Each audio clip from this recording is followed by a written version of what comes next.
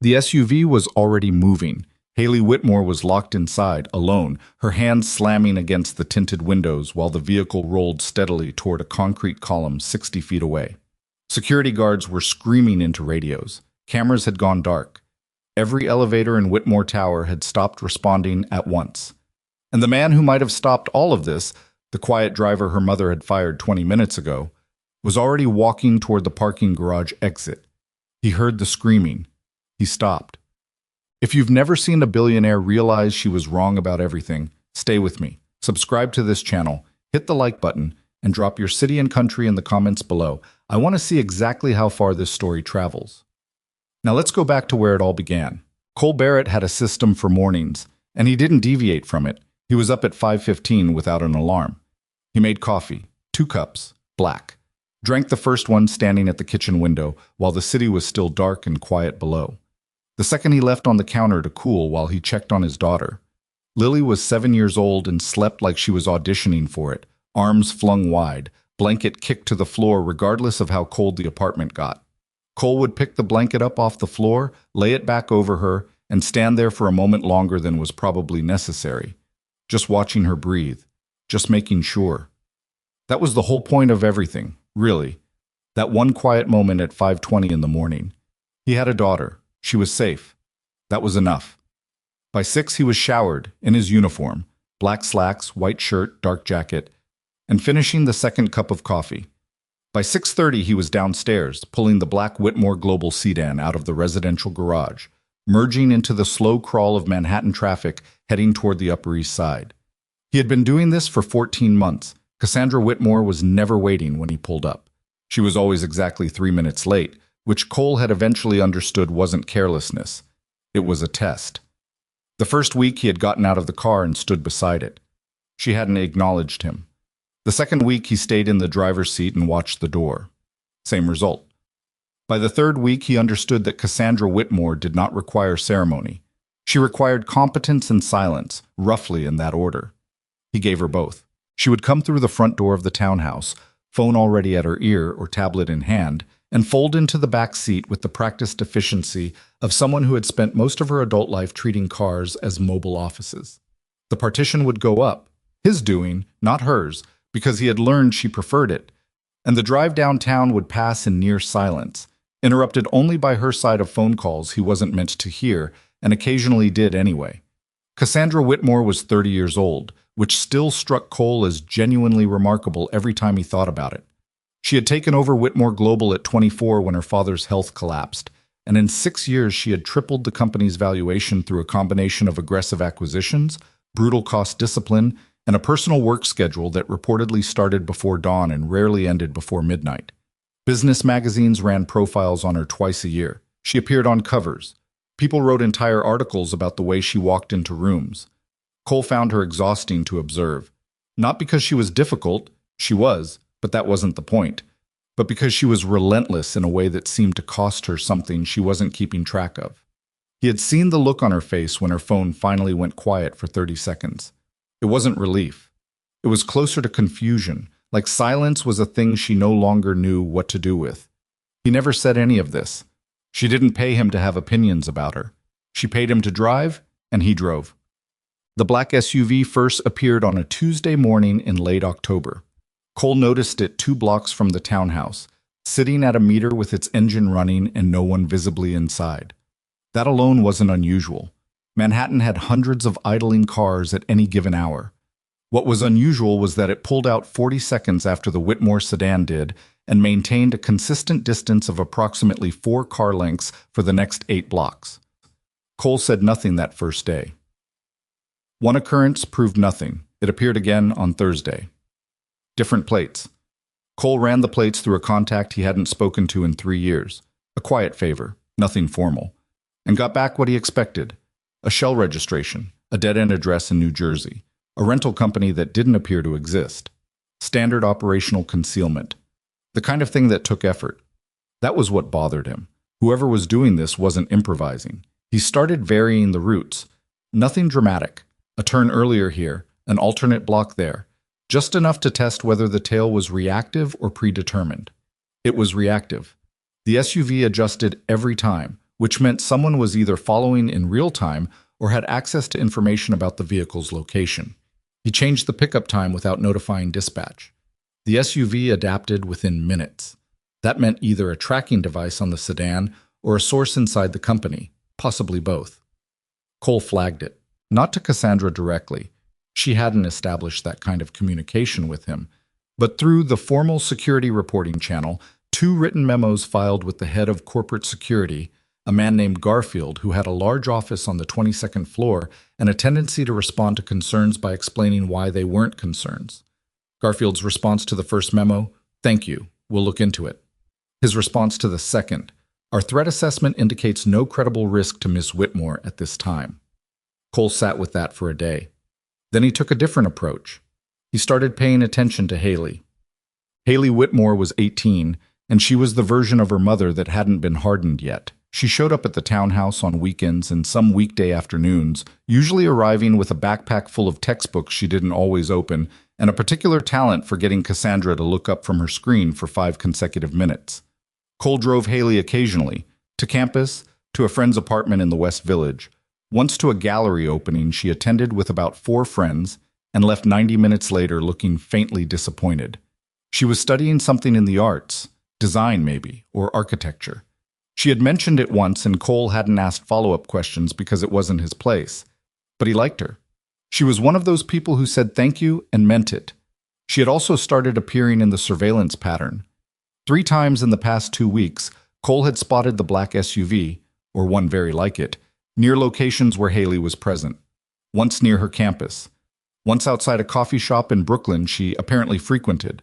Once parked half a block from the townhouse on a Saturday afternoon when Hailey was visiting. Whoever was watching Cassandra was also watching her daughter.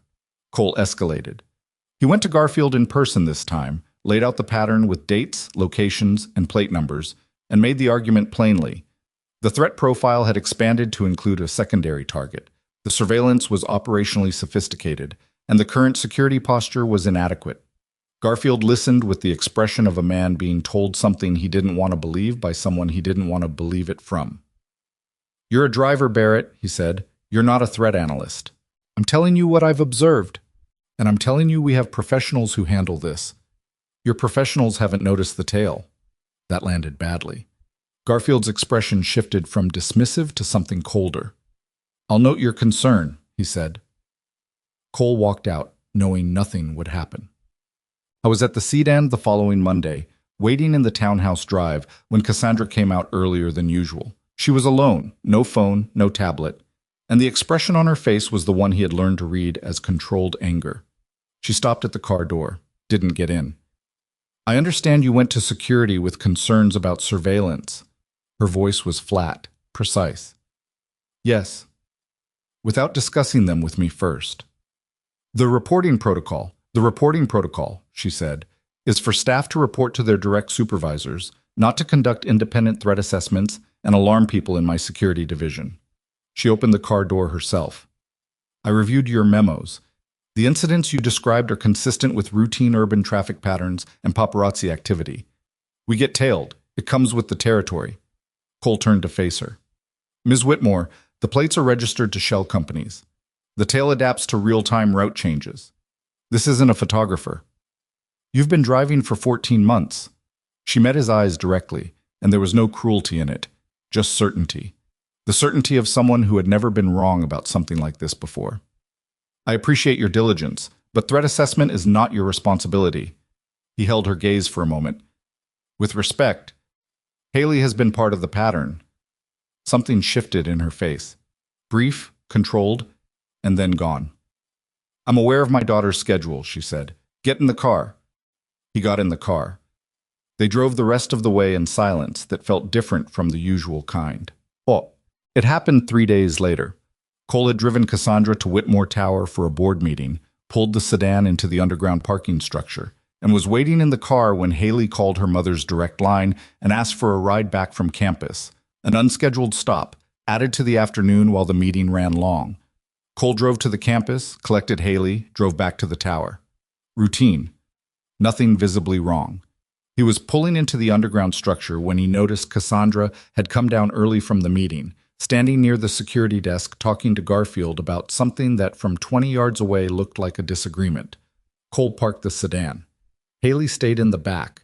She was on her phone, mid-conversation, waving a vague "give me a second" gesture at him when he opened his door. He walked toward Cassandra. He didn't make it. "Barrett." Cassandra turned from Garfield, and her face had the look of a decision already made. "I'm going to need your badge." Cole stopped. "I spoke with HR this morning," she said. "We're restructuring the executive transport division. Your position is being eliminated effective immediately." Garfield was standing slightly behind her, and his expression was the careful neutral of a man trying not to look satisfied. Cole understood, with the particular clarity of someone who had been here before in different contexts, that this was not about restructuring. It was about the memos. It was about the conversation in the car. It was about the fact that he had pushed, and pushing was not what she paid him for. He could have argued. He had documentation, a pattern, a genuine threat he was 90% certain was real. He could have laid it out right there in the parking garage and forced her to reckon with it. He thought about Lily, asleep with her arms flung wide and her blanket on the floor. He thought about the particular exhaustion of fighting people who had already decided. He took the badge off his jacket and set it in her hand. "Good luck," he said, and meant it, which was maybe the most complicated thing about it. He turned and walked toward the exit. He had made it maybe 40 feet when he heard it. Not words, not clear language, just the sound that comes out of people when something has gone immediately and catastrophically wrong. A security guard's radio crackling, a voice breaking through. "The car is moving! The car is moving! Someone get down here!" And underneath it, faint but unmistakable through the concrete and distance, Hailey, screaming. Cole stopped walking. He stood there for exactly 2 seconds, 2 full seconds of being a man who had walked away, who had a daughter at home, who had handed over his badge and been done with it. Then he turned around and ran back into the garage. The sedan was rolling, slow, deliberate, driverless. Hailey still inside, both hands now on the window, her face pressed to the glass. The parking structure's overhead lights were flickering. Security guards were converging from 2 directions, shouting into radios, but none of them were moving toward the vehicle. They were moving toward each other, toward command positions, toward the phones in their hands, because this wasn't something their training had prepared them for. A vehicle moving on its own. Every door locked, cameras going dark in sequence. An 18-year-old girl locked inside. 60 feet away, a concrete support column. Cole took in the angle, the speed, the drift of the front wheels, the way the vehicle was tracking. Not random, not malfunctioning. Deliberate. Someone was driving this car from somewhere else, and they knew this structure's layout. He had maybe 40 seconds. He ran. He had 40 seconds, maybe less. And the first thing he did was stop running. Not because he'd changed his mind, because running blind into a situation you didn't fully understand was how people got killed. And Cole had learned that lesson in places where the cost of forgetting it was permanent. He took 3 full seconds. 3 seconds while security guards were shouting and Hailey was still screaming to read the garage. The sedan was rolling at approximately 4 miles per hour. Slow enough to seem almost casual, fast enough that 40 feet of concrete had already disappeared behind it. The front wheels had a slight rightward bias, which meant whoever was steering it remotely had already calculated the vehicle's path to the column. They weren't guessing, they had done the geometry. The column was a load-bearing support, roughly 3 feet in diameter, positioned at the end of the second lane from the left. At current speed and trajectory, impact in approximately 35 seconds. Cole looked at the vehicle's door configuration. The sedan was a modified executive transport, reinforced frame, heavier doors than a standard production model, locks that operated on both mechanical and electronic systems simultaneously. Under normal circumstances, the electronic override would pop all 4 doors with a single command. Under these circumstances, someone had already locked out the command system. The mechanical backup was a physical key or a forced breach. He had no key. He started moving toward the vehicle, not at the driver's door, but at the rear passenger side, where Hailey was, where the glass was, where the structural compromise points on an executive transport were slightly thinner than the manufacturer's specs suggested, because the armor plating concentrated mass toward the front and center. 2 security guards tried to intercept him. One grabbed his arm. "Sir, you need to—" Cole didn't break stride. He rotated his arm through the grab in a motion so practiced, It was essentially automatic, redirected the guard's momentum sideways without throwing him, and kept moving. The guard stumbled, caught himself on the hood of a parked car, and stared after him with the expression of someone who had just touched something they didn't expect to be hot. The second guard made a different calculation and stepped aside. Cole reached the sedan's rear passenger door with approximately 22 seconds left. He tried the handle, locked, as expected. He pressed his palm flat against the glass and felt the faint vibration of the vehicle's systems beneath it, the particular hum of electronics running at full load, which told him the remote operator was maintaining active control across multiple systems simultaneously. That required bandwidth. Bandwidth had limits. He had a thought. Moved to the trunk. Cassandra's executive sedan, like most high-end transport vehicles, had a mechanical emergency release inside the trunk accessible from the rear seat through a fold-down panel, a safety feature required by federal regulation designed for exactly this kind of scenario. The question was whether the remote operator knew about it and had disabled the fold-down latch electronically. There was only one way to find out. The trunk's external latch was electronic. Cole found the manual release panel underneath the rear bumper. A small recessed toggle, the kind that looked like a drainage plug if you didn't know what you were looking for, and pulled it. The trunk popped. 14 seconds.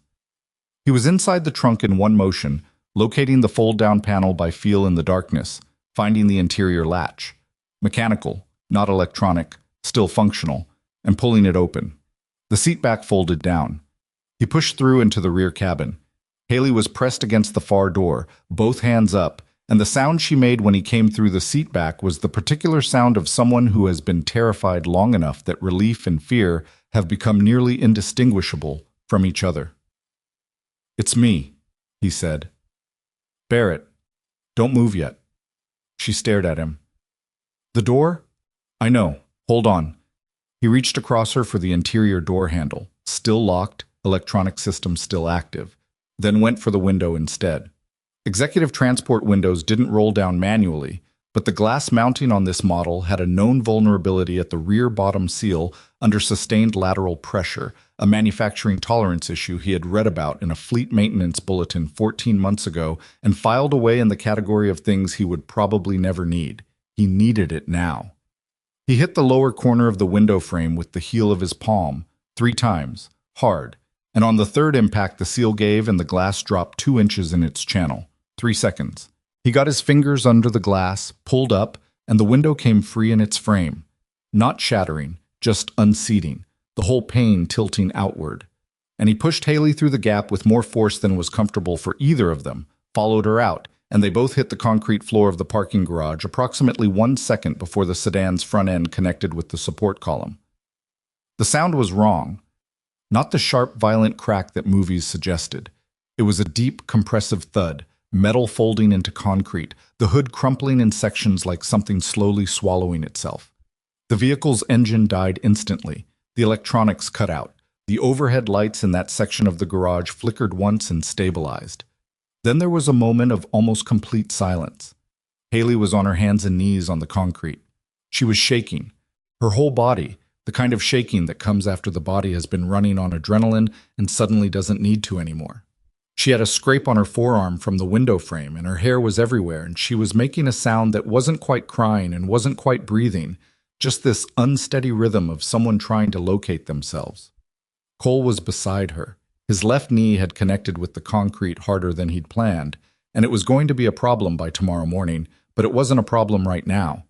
He put a hand on her shoulder, not gripping, just present. "You're out," he said. "You're on the ground. The car has stopped." She turned and looked at him. Her eyes were red, mascara tracking down both cheeks in uneven lines, and she had a small cut on her lower lip she probably didn't know about yet. "You came back," she said. It wasn't a question exactly, more like something she was saying out loud to make it real. "Yeah. You? My mom fired you." "She did." Hailey looked at the destroyed sedan, then back at him. "Why did you come back?" Cole didn't answer that immediately. He got to his feet, helped her up, and became aware of the fact that approximately 15 people were now converging on their location from multiple directions. Security personnel, a building manager, 2 of Cassandra's executive assistants, who had apparently come down from the upper floors, and Cassandra herself. She had come through the stairwell door at a near run. Cole had not seen Cassandra Whitmore move quickly before. She was always composed, always measured, always the person in the room who was moving at a different speed from everyone else's emergency. Right now, she was none of those things. She crossed the garage floor in long strides, reached Hailey, and put both hands on her daughter's face without saying anything first. "Mom, don't." Cassandra's voice was raw in a way Cole had never heard from her. "Just don't talk yet." She held Hailey's face in both hands and looked at her. Taking inventory, Cole understood. The way parents did after something bad had happened, counting everything, making sure the count came out right. Hailey was crying now, properly, leaning into her mother's hands. "I couldn't get the door open," she said. "I kept trying and it wouldn't." "I know, baby. I know. You're okay." Cole stepped back to give them space. His knee was complaining with some seriousness now, and he became aware that his jacket had picked up a significant amount of concrete dust during the trunk operation. I was trying to decide whether to simply leave. He had no badge, no role here anymore. Technically, he was already gone. When Cassandra looked up from her daughter and found him. The expression on her face was not something he had words for. It wasn't gratitude, exactly. It was more disorienting than that. It was the expression of someone encountering information that doesn't fit any category they've prepared for.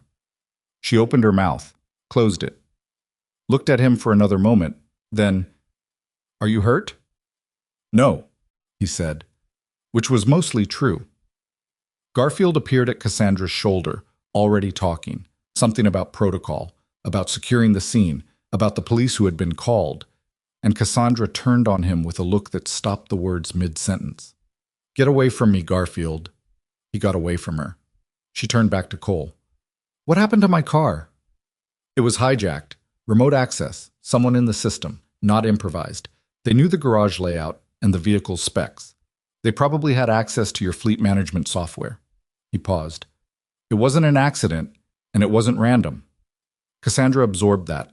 Her hands were still on Hailey's shoulders, and she didn't let go. "The cameras went down." "Yes. Before the vehicle started moving, which means the intrusion preceded the event. Someone staged this." "Who?" "I don't know yet." She studied him. The parking garage was filling up now.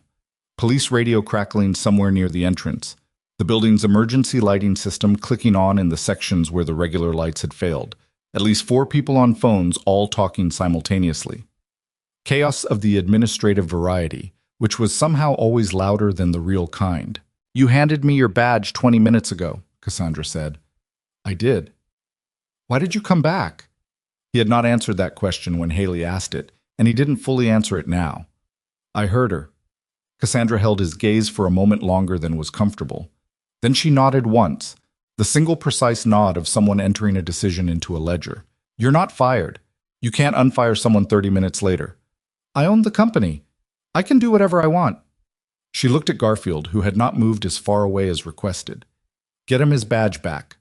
Garfield looked like he'd bitten into something sour, but was trying to pretend he hadn't. "Ma'am, there are protocols about reinstatement." "Martin." Her voice dropped to something very quiet. "Get him his badge back." The police took statements for 2 hours. Cole sat in a conference room on the garage level, a spare, functional space used for fleet management meetings, smelling of motor oil and old coffee, and answered questions from a detective named Souza, who had the patient, slightly tired quality of someone who had been doing this long enough to have stopped being surprised by most of it. Cole gave him the factual sequence, what he'd observed over the preceding weeks, what had happened in the garage, what he'd done, and in what order. He kept the former SEAL context out of it for now. Not deception, exactly. Just an understanding that that particular thread would complicate things in ways that wouldn't help anyone tonight. Souza wrote things down, asked clarifying questions, wrote more things down. At one point he looked up from his notepad. "You came back after being fired." "Yes." "And went through the trunk of a moving vehicle." The trunk was the fastest access point. Souza looked at him for a moment with an expression that was hard to read. "What did you do before this job, Mr. Barrett?" "I was in the military." "What branch?" "Navy." Souza wrote that down. Cole had the sense the man would look further into it on his own time, and that was fine. There wasn't anything to find that Cole hadn't already made peace with. When the detective finally released him, he walked out to the main garage level and found Hailey sitting on a bench near the elevator bank, a foil emergency blanket around her shoulders. She wasn't cold, Cole suspected, but someone had produced it, and she hadn't argued, and a cup of coffee going cold in her hands. She looked up when he came over. "They're making my mom give another statement," she said. "She's been in there for 45 minutes. It takes time. They keep asking the same questions. That's how it works. Consistency check." Hailey was quiet for a moment. She had cleaned up somewhat. The mascara was gone. The cut on her lip had a small bandage. But she still had the slightly underwater quality of someone whose system hadn't fully come back online yet. "Can I ask you something?" she said. "Yeah." "When you were in the trunk," she paused, "were you scared?" Cole thought about that honestly. "Focused," he said. "There wasn't room for the other thing." "Is that a military answer?" "Probably." She turned the coffee cup in her hands. "I've never been that scared in my life. I kept thinking the doors were going to open, and they didn't. And the column was just getting closer, and I couldn't—" She stopped herself. "Sorry. Don't apologize. I keep doing that. My therapist says I do it too much." Cole sat down on the bench beside her, not close enough to crowd her. His knee had stiffened considerably, and the sitting helped. "Your therapist is right." Hailey almost laughed. "Not quite. You know what the weirdest part is? I thought about completely random stuff. Like, I thought about this documentary I was going to watch tonight. I thought about whether I'd left my laptop charger at my friend's apartment." She shook her head. "Your brain just keeps going." "It does." "What did you think about? In the trunk?" "The fold-down latch," he said. "Whether it would be mechanical or electronic." She looked at him sideways. "That's it?" "That's what mattered." This time she did laugh, a brief, exhausted sound. "Okay, yeah, that tracks." They sat there for a few minutes without talking. From somewhere above them, the building was returning to its normal rhythms. The hum of the HVAC, the distant ping of elevators coming back online, the muffled conversation of people doing their jobs. The wreck of the sedan was still in the lane behind them, covered now with a tarp the police had brought, waiting for a forensics team. Hailey looked at it once and then deliberately looked away. "Thank you," she said. "I know I already said it out there, but thank you. Actually." Cole nodded once. "Don't leave the building without telling someone where you're going, until this is figured out." "You think it's not over?" He thought about the surveillance pattern, the shell plates, the remote access system that had known the garage layout, the electronic lockdown that had hit cameras, elevators, and security doors simultaneously, which required either extraordinary timing or pre-planted access points that someone had been installing quietly for some time. "No," he said. "It's not over." By 9 o'clock that evening, Cole was in the Whitmore Global Security Operations Center on the 18th floor, a room he had never been inside before. Banks of monitors lining 3 walls, 2 tech analysts working through system logs, and Garfield conspicuously absent after Cassandra had made it clear she didn't want him in the building until further notice.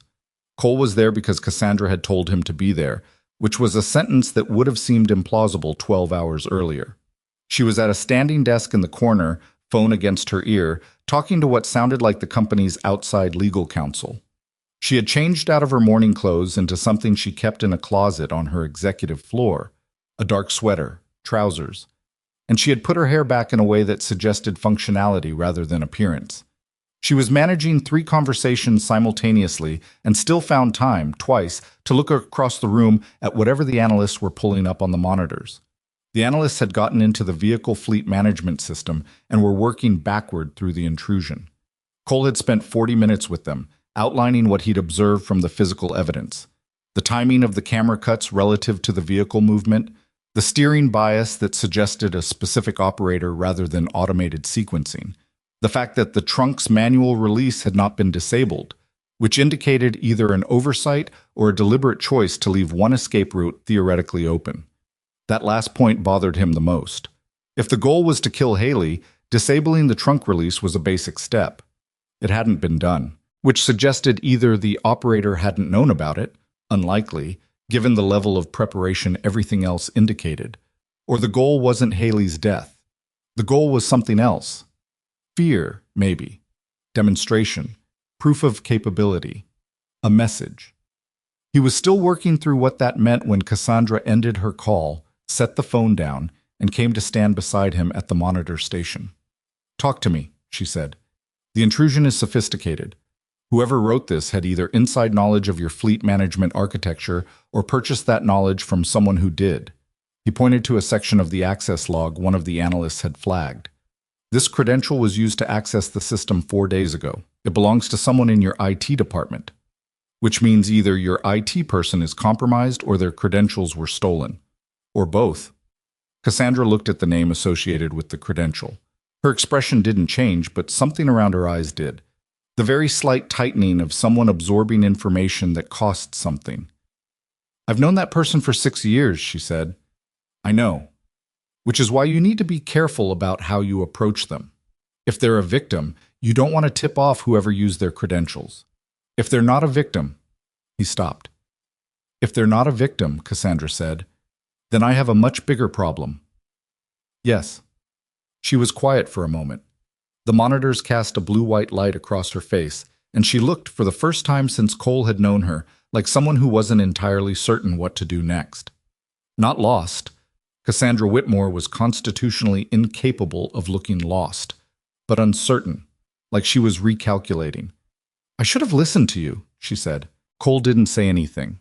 "The memos," she continued, "the route changes. I dismissed it. You had reasonable grounds to question my assessment. I was a driver, not a vetted analyst. You didn't know. I should have listened anyway." She said it with the flatness of someone stating a fact, not looking for absolution, not performing humility, just making the record accurate. "I fired you because you kept pushing, and I don't like being pushed. That's not a security assessment. That's arrogance." She paused. "My daughter could have died tonight." Cole let that sit in the room. It deserved to. After a moment, she looked at him directly. "Who are you, Barrett?" Actually, he had anticipated this question. He had been deciding, on and off for the past several hours, how to answer it. "Former Navy," he said. "Special operations. The specifics are classified." He paused. "I have a daughter. She's 7. She's the reason I took a driving job instead of going back into private security. It kept me local, kept regular hours, kept me home at night." He stopped there because that was the relevant part, and everything else was more complicated than the moment required. Cassandra studied him. "How long were you in?" 12 years? "And you've been driving people around for 14 months. "Yes." She nodded slowly. Not judgment, just integration, taking in the full shape of something that had previously only been a corner of it. "The people who targeted Hailey," she said, "they had to know your surveillance pattern would eventually get noticed. They had to know there was a risk of exactly this kind of interference." She looked at him. "They either didn't know about you specifically or they didn't think you'd matter." "Or," Cole said, "they knew I'd filed the memos and knew Garfield would bury them, and they calculated correctly that I wouldn't be in position to do anything about it. Until I fired you and you were literally walking out of the building." "Yeah." Cassandra was quiet for a long moment. Then she said, "I need to know who's doing this." "I know." "Can you find out?" Cole thought about Lily, about the school pickup tomorrow at 3:15 and the permission slip sitting on his kitchen counter that needed a signature and the bedtime routine that his daughter considered inviolable regardless of what had happened during the day. He thought about the surveillance pattern and the shell companies and the remote access system and the deliberate, patient, methodical quality of everything that had been done tonight. The kind of patience that didn't come from opportunism, the kind that came from a plan with a specific objective. Hailey as leverage. The thought settled into him with a cold clarity. This wasn't about Hailey. Hailey was a tool. Someone was using an 18-year-old girl to break something inside a 30-year-old billionaire, and they had planned it carefully enough that the first warning signs had been dismissed as routine traffic and paparazzi activity. "I can try," he said, which was honest. He didn't have his former resources, his former team, his former access. He had a keen memory, 14 months of proximity to this company's daily operations, and the particular skill set of someone who had spent 12 years solving problems in environments where failure had physical consequences. It was something. Cassandra nodded once. "Then let's start tonight." She turned back to the monitors and Cole pulled up a chair. His knee was not going to let him stand for the next 3 hours. And they began to work through the evidence together, the billionaire and the driver she'd almost lost to a parking garage exit, while the city continued its indifferent noise outside the tower's glass walls. At 11:40, Cole's phone buzzed. His neighbor, Mrs. Adisa, who had a key and watched Lily on irregular evenings. "She's fine. Asleep. Your chicken is in the fridge. I covered it." He typed back a thank you and set the phone face down on the desk. There was something else underneath the access logs he'd been reading. A secondary credential usage, older than the first, buried 3 layers into the system audit trail.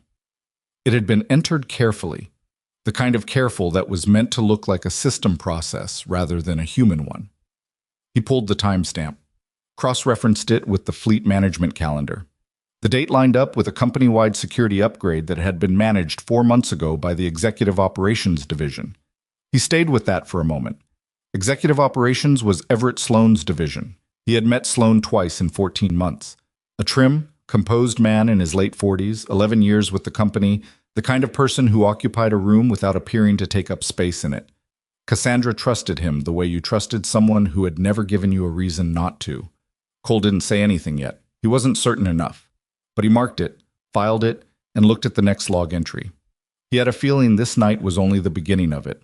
And somewhere across the city, in his daughter's quiet bedroom, Lily slept with her arms flung wide and her blanket already kicked to the floor, entirely unaware that her father had just decided to stay. The secondary credential timestamp kept Cole awake until 2 in the morning. He sat at the monitor station after Cassandra had finally gone upstairs to her executive floor. Not to sleep, he suspected, but to make the calls she couldn't make with other people in the room. And he worked through the audit trail layer by layer with one of the analysts, a young woman named Priya, who had the particular focus of someone who took professional insults personally. Someone had buried evidence inside her system. She was not inclined to let that stand. Together they found 3 more instances of the secondary credential being used over the preceding 4 months. Each one was brief, minutes-long access windows, carefully timed to coincide with periods of high system traffic when anomalous log entries would be harder to isolate. Each one touched a different component of Whitmore Global's operational infrastructure: fleet management, building security protocols, executive calendar access. Cole stared at that one for a long moment. If someone had read access to Cassandra's calendar for the past 4 months, they had known her schedule, Hailey's visit patterns, every meeting location, every building entry and exit. They had known everything they needed to build a map of vulnerability and wait for exactly the right moment to use it. The patience of it was what kept snagging at him. This wasn't reactive. Someone had decided months ago that Cassandra Whitmore needed to be broken, and they had assembled the tools to do it with the kind of methodical care that suggested either professional resources or profound personal motivation, possibly both. He left the building at 2:15, drove home through mostly empty streets, and stood in Lily's doorway for a full minute before he could make himself go to bed. She was asleep on her stomach this time, one arm dangling off the mattress, breathing the slow, steady rhythm of someone without anything to worry about. Cole reached in and moved her arm back onto the bed, and she stirred slightly, made a sound, and settled without waking. He went to bed. He lay in the dark and thought about Everett Sloan.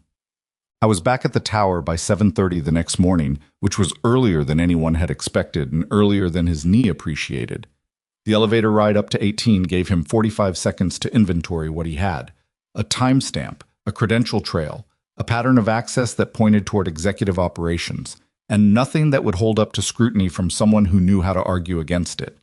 What he didn't have, motive, direct evidence, or any particular reason Cassandra Whitmore would believe that her most trusted senior executive of 11 years was the person who had put her daughter in a moving car aimed at a concrete column.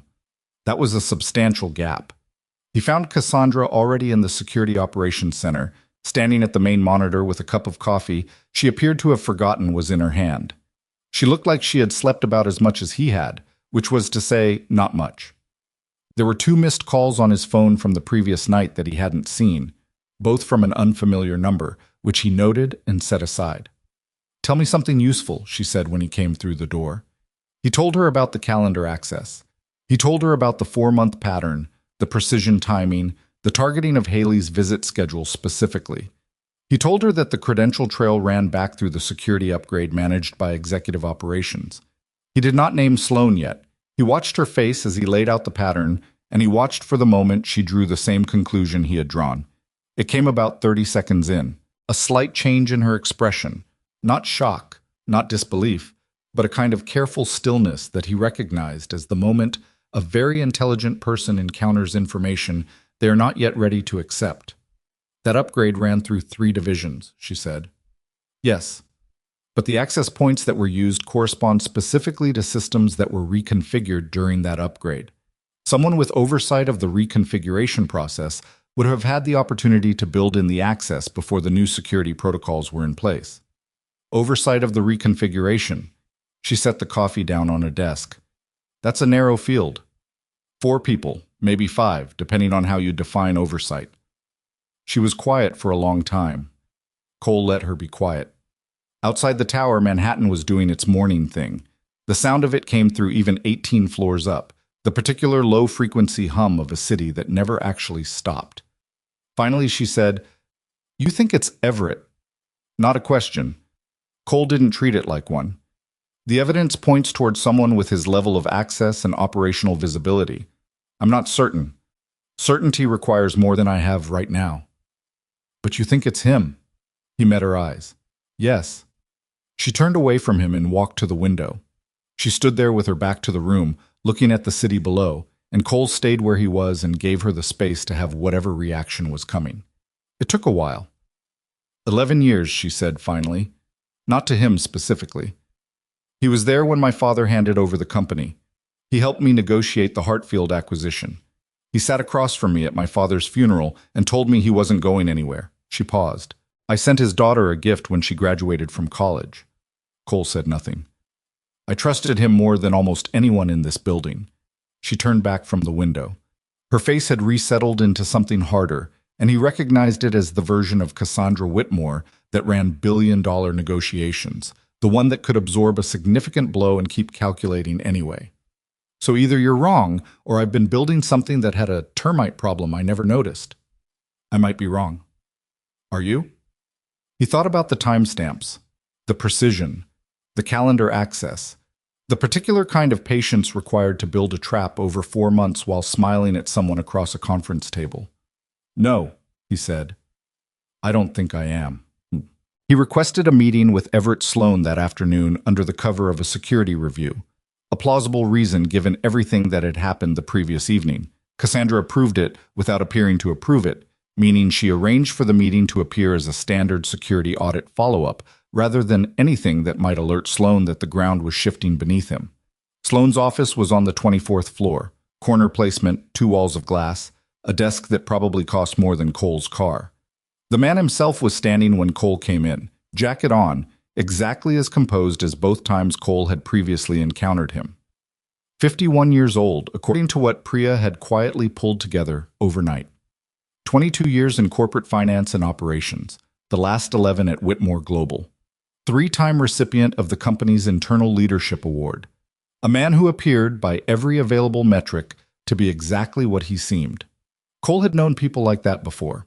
He had worked alongside one in his 3rd year in the teams, a guy named Weston, who had been methodical and reliable and genuinely well-liked, and who had, it eventually emerged, been selling logistics information for 2 years. The careful ones were always the hardest to see until you were already looking. Mr. Barrett, Sloane said.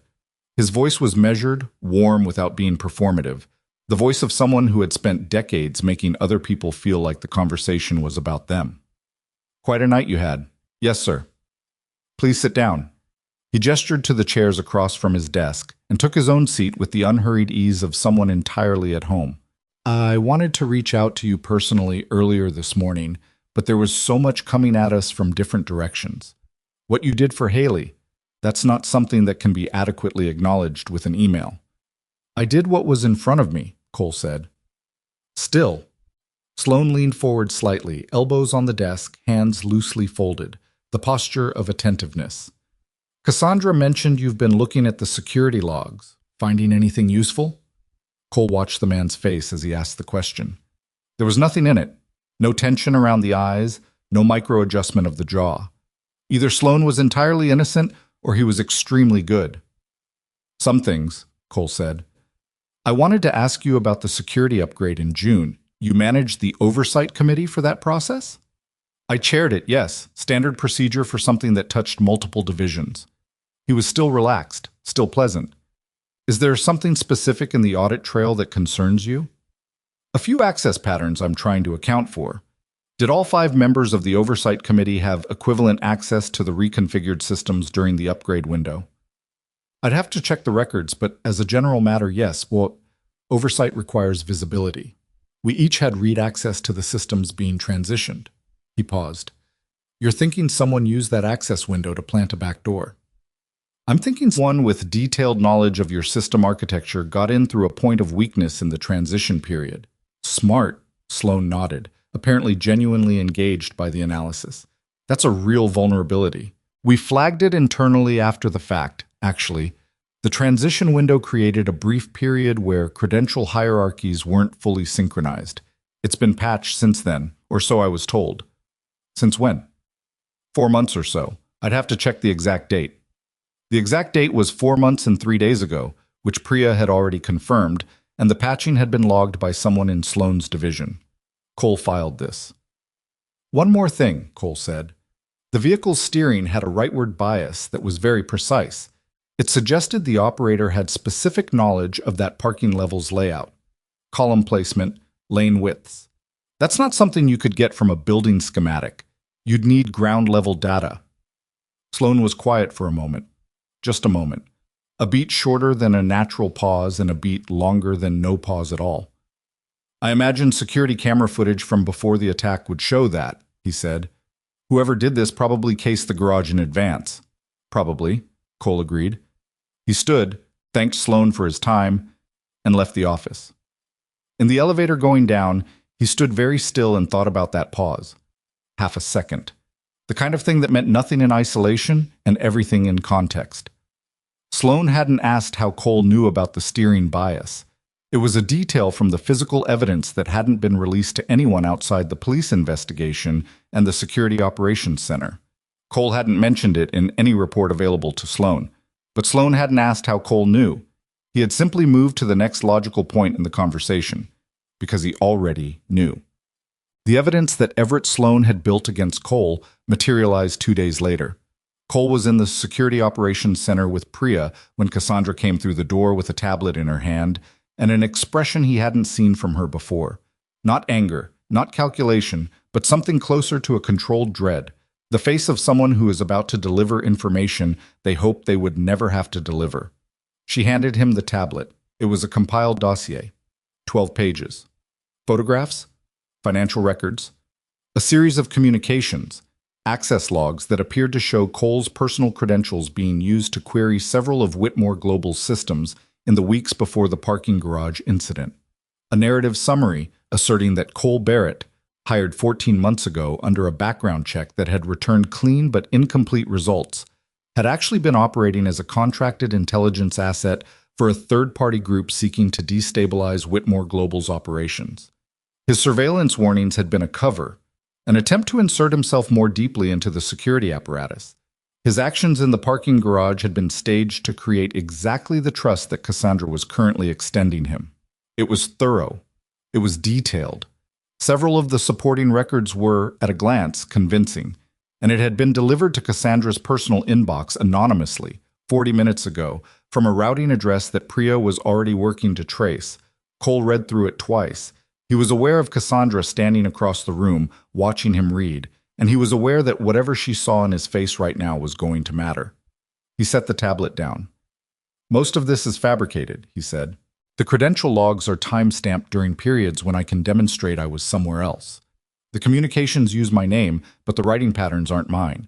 Someone built a profile and generated the language, probably from a combination of the memos I filed and whatever public records they had access to. He paused. The financial records are the most sophisticated part. Those would take longer to disprove. Most of this, Cassandra said. What part isn't fabricated? Cole looked at her. My background is more complete than what came back on the standard check. The classified portion involves operations I can't discuss without specific authorization. Someone got access to enough of it to make the dossier look credible. Cassandra's face didn't change. Someone in the intelligence or defense space. Yes. Someone connected to whoever is running this operation against me. That's what I think. She crossed her arms. It wasn't a defensive posture, but more like she was physically holding the two possibilities in place and examining them. Cole, I need to ask you directly, and I need you to answer me directly.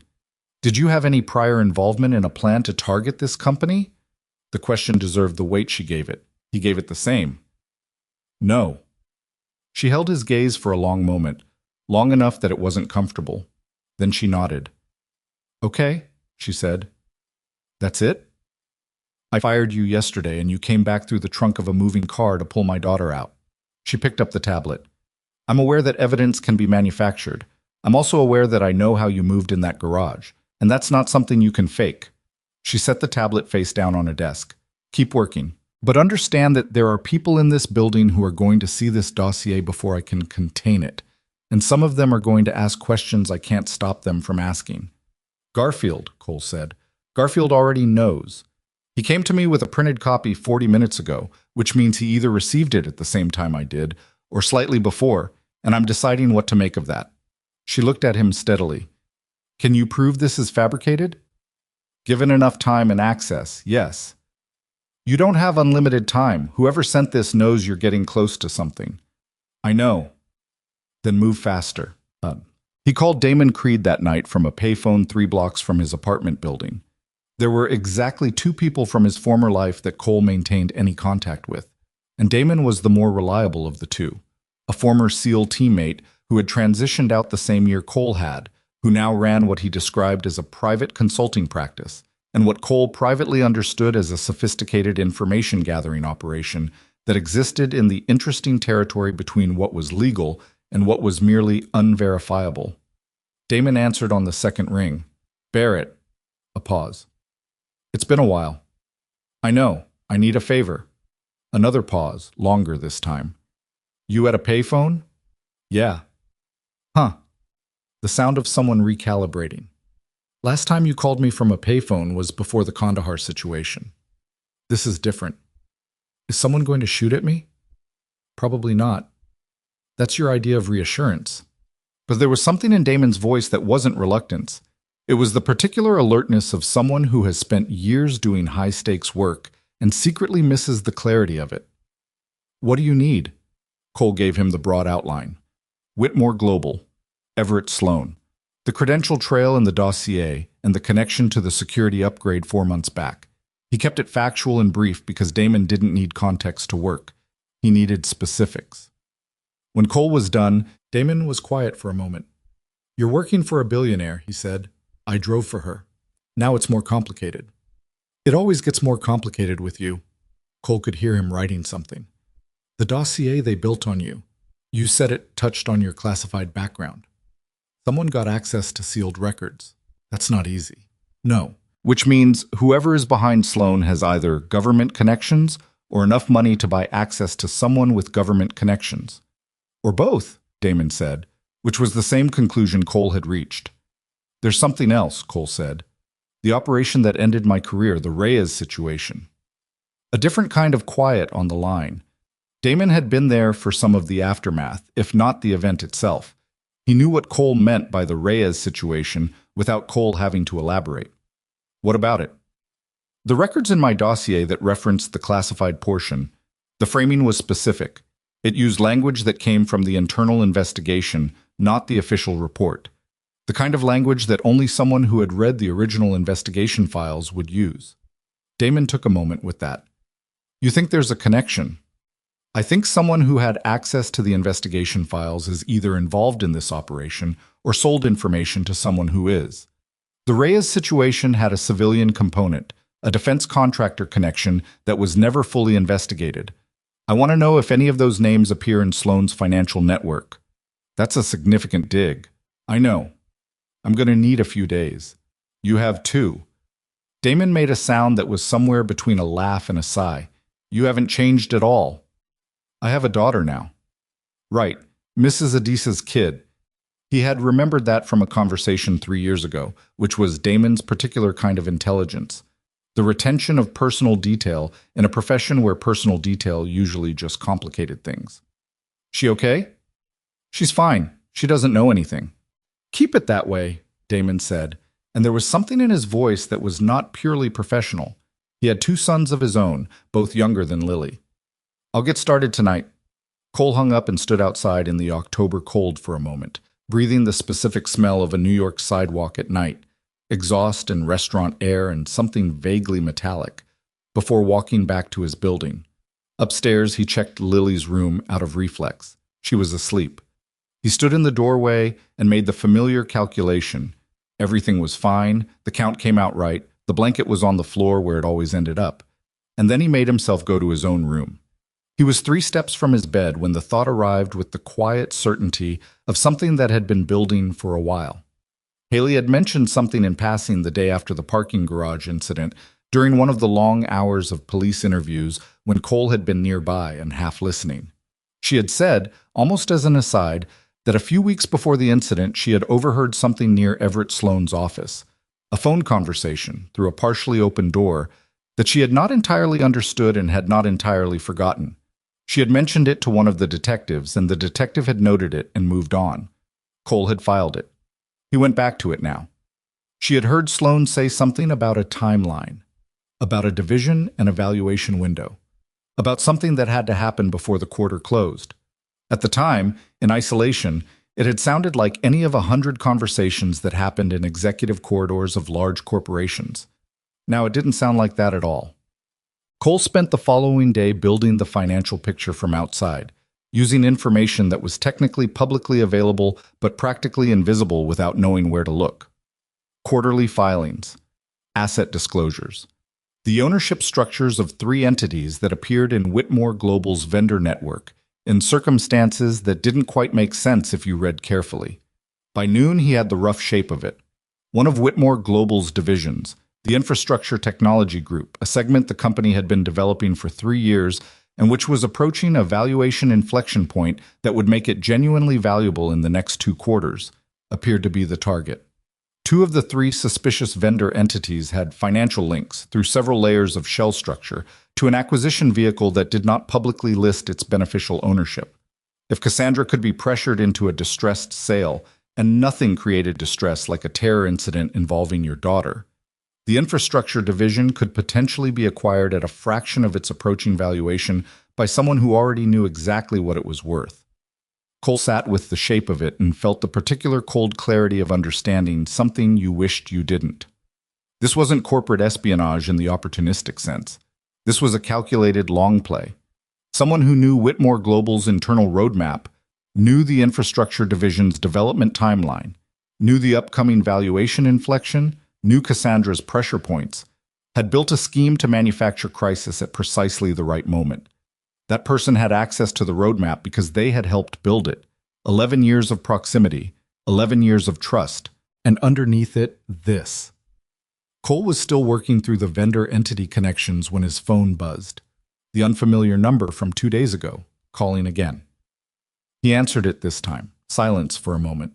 Then a voice, male, mid-range, the cadence of someone choosing their words carefully. Mr. Barrett, I've been trying to reach you. Who is this? My name is Vincent Hale. I work for a federal oversight office. I'd rather not specify which one on an open line. I'm aware you've been looking into certain financial structures connected to Whitmore Global. I'm calling because there's a possibility we have overlapping interests. Cole walked to his apartment window and looked down at the street. Normal traffic. Nothing parked wrong. How did you get this number? We've been aware of the credential pattern at Whitmore Global for approximately 6 weeks. We became aware of you when you filed the security memos through the company's internal system. A pause. The memos were routed through a channel that someone had already compromised. Your concerns were flagged to us not by the company's security division, but by the person monitoring the compromised channel. Sloane, Cole thought, or someone working for him, who then passed the information somewhere it shouldn't have been. The acquisition vehicle, Cole said. You already know about it. We know about its owner of record. What we've been unable to establish is the domestic financial network that connects to it. A pause. We believe you may be closer to that network than we are. What do you know about a man named Philip Reyes? The silence on the line had a different quality from the silences before it. Where did you hear that name in this context? The language in a dossier someone built against me. It referenced the internal investigation in terms that suggested access to original files. Reyes was a contractor with Defense Department connections. He was involved in the operation that ended my military career. Cole kept his voice level. If Reyes has a financial connection to the acquisition vehicle, I need to know that. Another pause, longer than any of the previous ones. We'll need to meet in person, Hale said. Soon. Tomorrow morning, Cole said. I'll send you a location. He hung up and stood at the window for a long moment. Philip Reyes. He had not said that name out loud in 4 years. Reyes was the civilian contractor whose logistics data had been wrong in ways that turned out to be deliberate, whose errors had cost Cole's team an operation and had cost Cole his career when the investigation had gone sideways in ways he still didn't fully understand. Reyes had been interviewed, cleared, and disappeared from the record with the particular ease of someone who knew how to disappear from records. If Reyes was connected to Sloan's financial network, if the man who had helped destroy Cole's military career was also one of the architects of the scheme now targeting Cassandra, then this was no longer just a corporate conspiracy. It was personal in a way that Cole had spent 4 years trying not to make anything personal. He went to the kitchen, made coffee, stood at the window while it brewed, and thought about the choice in front of him with the same deliberate honesty he'd tried to apply to everything else. He could step back, hand what he had to Hale, let the federal process run its course, collect Lily from school tomorrow, and spend the weekend at the park, and let the weight of this settle onto someone else's shoulders. He had a daughter. He was not obligated to finish every fight that crossed his path. He could do that. He looked at his reflection in the dark window, tired, knee still not right, wearing the same jacket he'd worn into a car trunk 2 days ago. And he knew, with the resignation of someone who has finally stopped arguing with themselves, that he was not going to do that. Not because of Cassandra, though the situation was hers. Not even entirely because of Hailey, though putting an 18-year-old in a car aimed at a column was the kind of thing that made stepping back feel like a different kind of wrong. Because of Reyes. Because the person who had helped dismantle Cole's career without consequence was apparently still out there, still doing it, still operating in the comfortable certainty that the kind of meticulous, patient harm he specialized in would never catch up to him. Cole had once believed that letting it go was the same as getting past it. He understood now, standing in his kitchen at 11:30 at night, that they were not the same thing at all.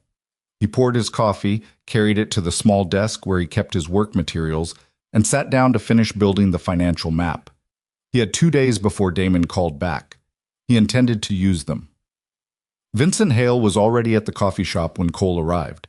He was sitting at a corner table with his back to the wall, which told Cole something, nursing a cup of something that appeared to be tea and reading nothing, which told Cole something else. The man was in his mid-50s, unremarkable, in the particular way that suggested deliberate cultivation of unremarkableness. Gray jacket, no tie, the kind of face that wouldn't anchor in memory unless you were specifically trying to retain it.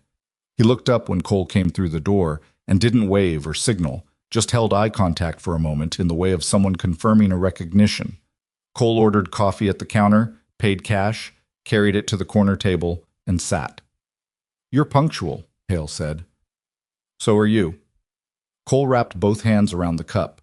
His knee had been stiff getting out of bed, and the cold morning walk hadn't helped. "What office?" "Inspector General, Defense Department, Financial Oversight Division." Hale said it quietly, not performing secrecy, just being practical about it. "We don't advertise." "What's your interest in Whitmore Global?" "Indirect."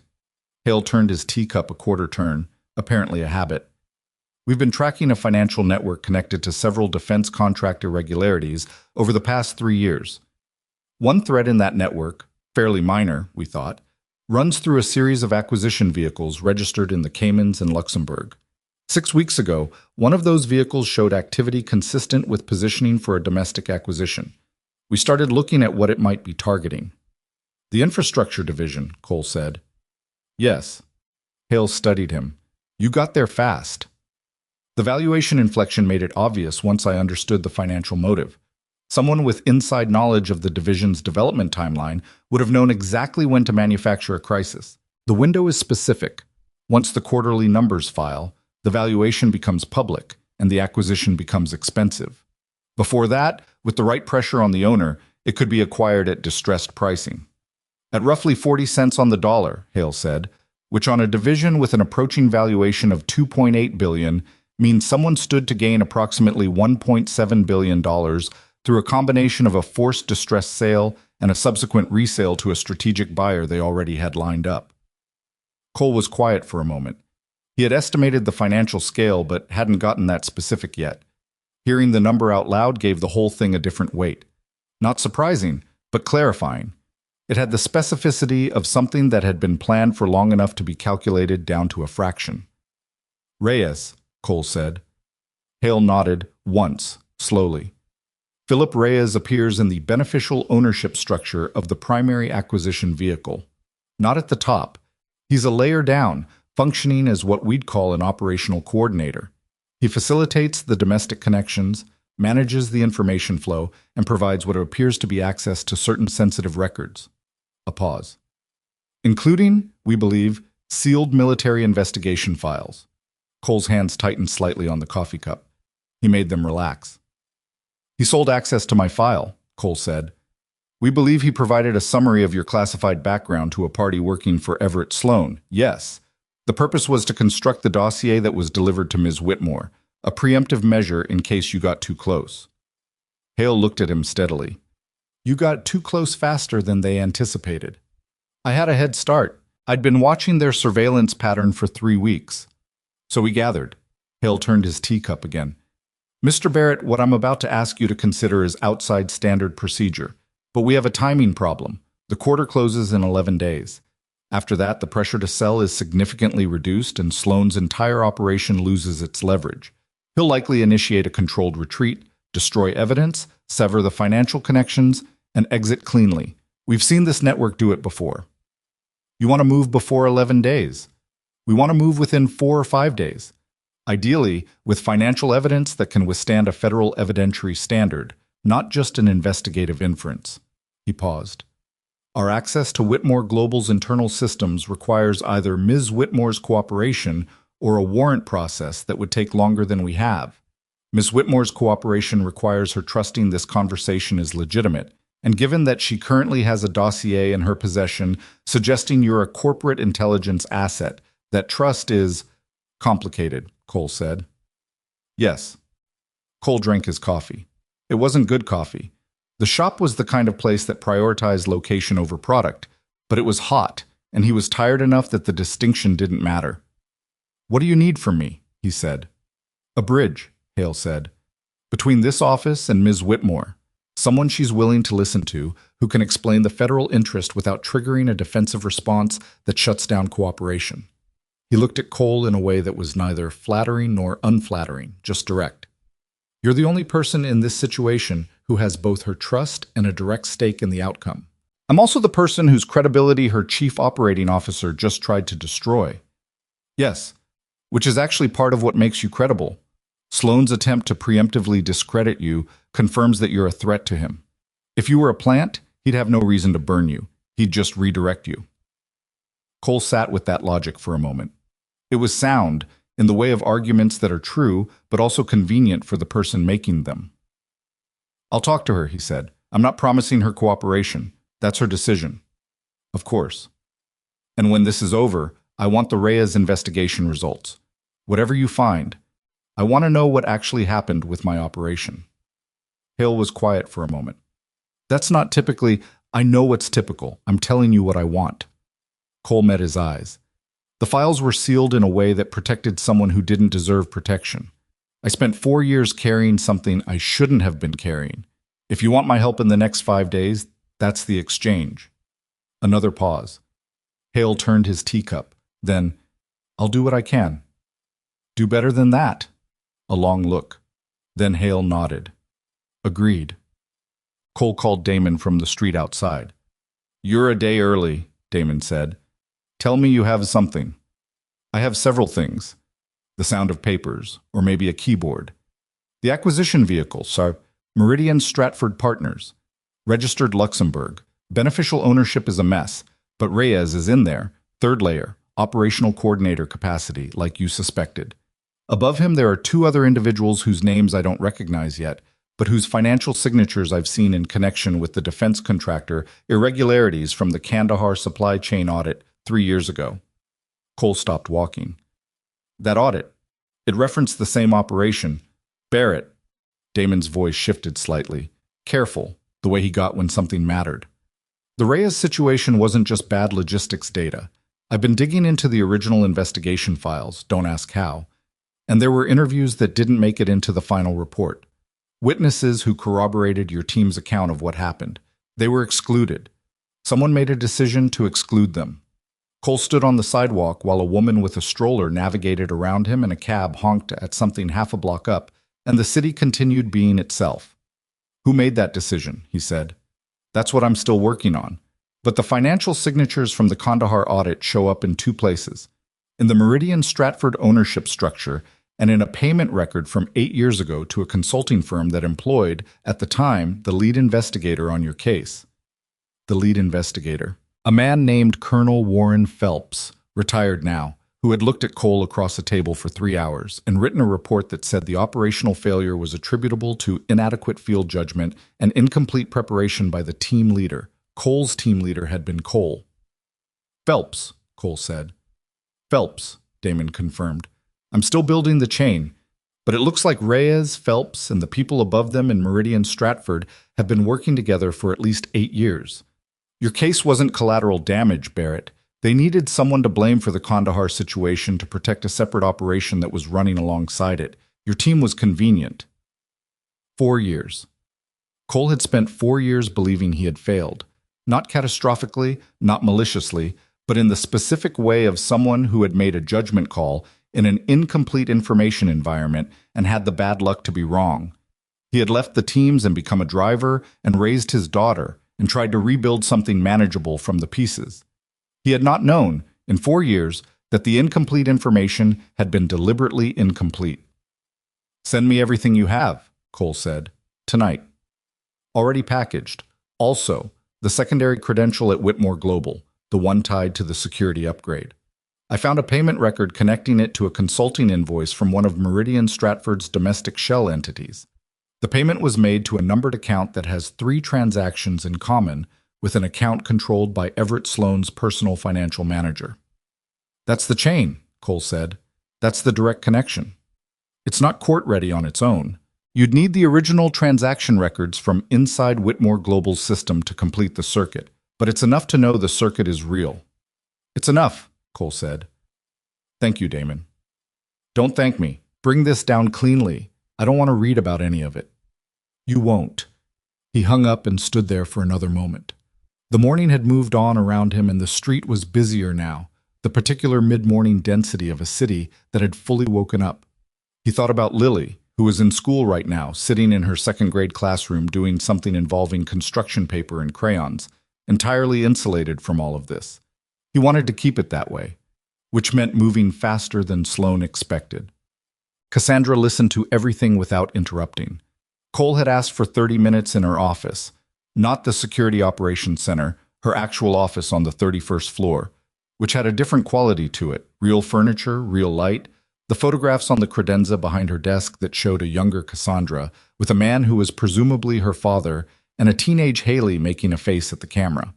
A room where the person who ran the company also occasionally had to just exist. She sat across from him and he told her everything. Hale, the federal investigation, Meridian Stratford, Reyes, the connection to his military case. He told her about Damon's findings, the payment chain from Meridian Stratford's domestic shell to Sloan's financial manager. He told her what Hale needed, internal access to the transaction records that would complete the evidentiary circuit. He told her the timeline, so 4 days, maybe 5, before Sloan could detect the closing trap and trigger a controlled retreat that would destroy the evidence and possibly let everyone involved walk away intact. When he finished, she was quiet for about 20 seconds. Everett is planning to force me to sell the infrastructure division, she said. It was not a question. She was restating it in her own language to make sure she'd understood it correctly. At distressed pricing, he had a strategic buyer already positioned. Once you were frightened enough, or destabilized enough, the sale would look like a rational response to a crisis he'd manufactured. He used my daughter. Her voice was very flat, very controlled. Yes. Cassandra turned to look out the window. From the 31st floor, the view was genuinely impressive. The particular Manhattan geography of glass and steel and water, in the distance, the city laid out like a thing that had been designed rather than accumulated over centuries. She looked at it for a moment with the expression of someone who owns a significant portion of what they're seeing and currently finds that fact inadequate. You know, she said, I gave him equity in the company 3 years ago. A small percentage, a gesture, an acknowledgement of what he'd contributed. She turned back. He was going to use that equity as part of the acquisition vehicle financing. He was going to buy my company with a piece of my own company that I gave him as a thank you. Cole didn't say anything. There wasn't anything to say that would make that particular piece of information land more softly. I need to call my outside counsel, she said. Yes. And then I need to call the board's audit committee chair. She was already reaching for her phone. If we move the transaction records to an external secure server and freeze Everett's system access simultaneously, he loses the ability to destroy the internal evidence.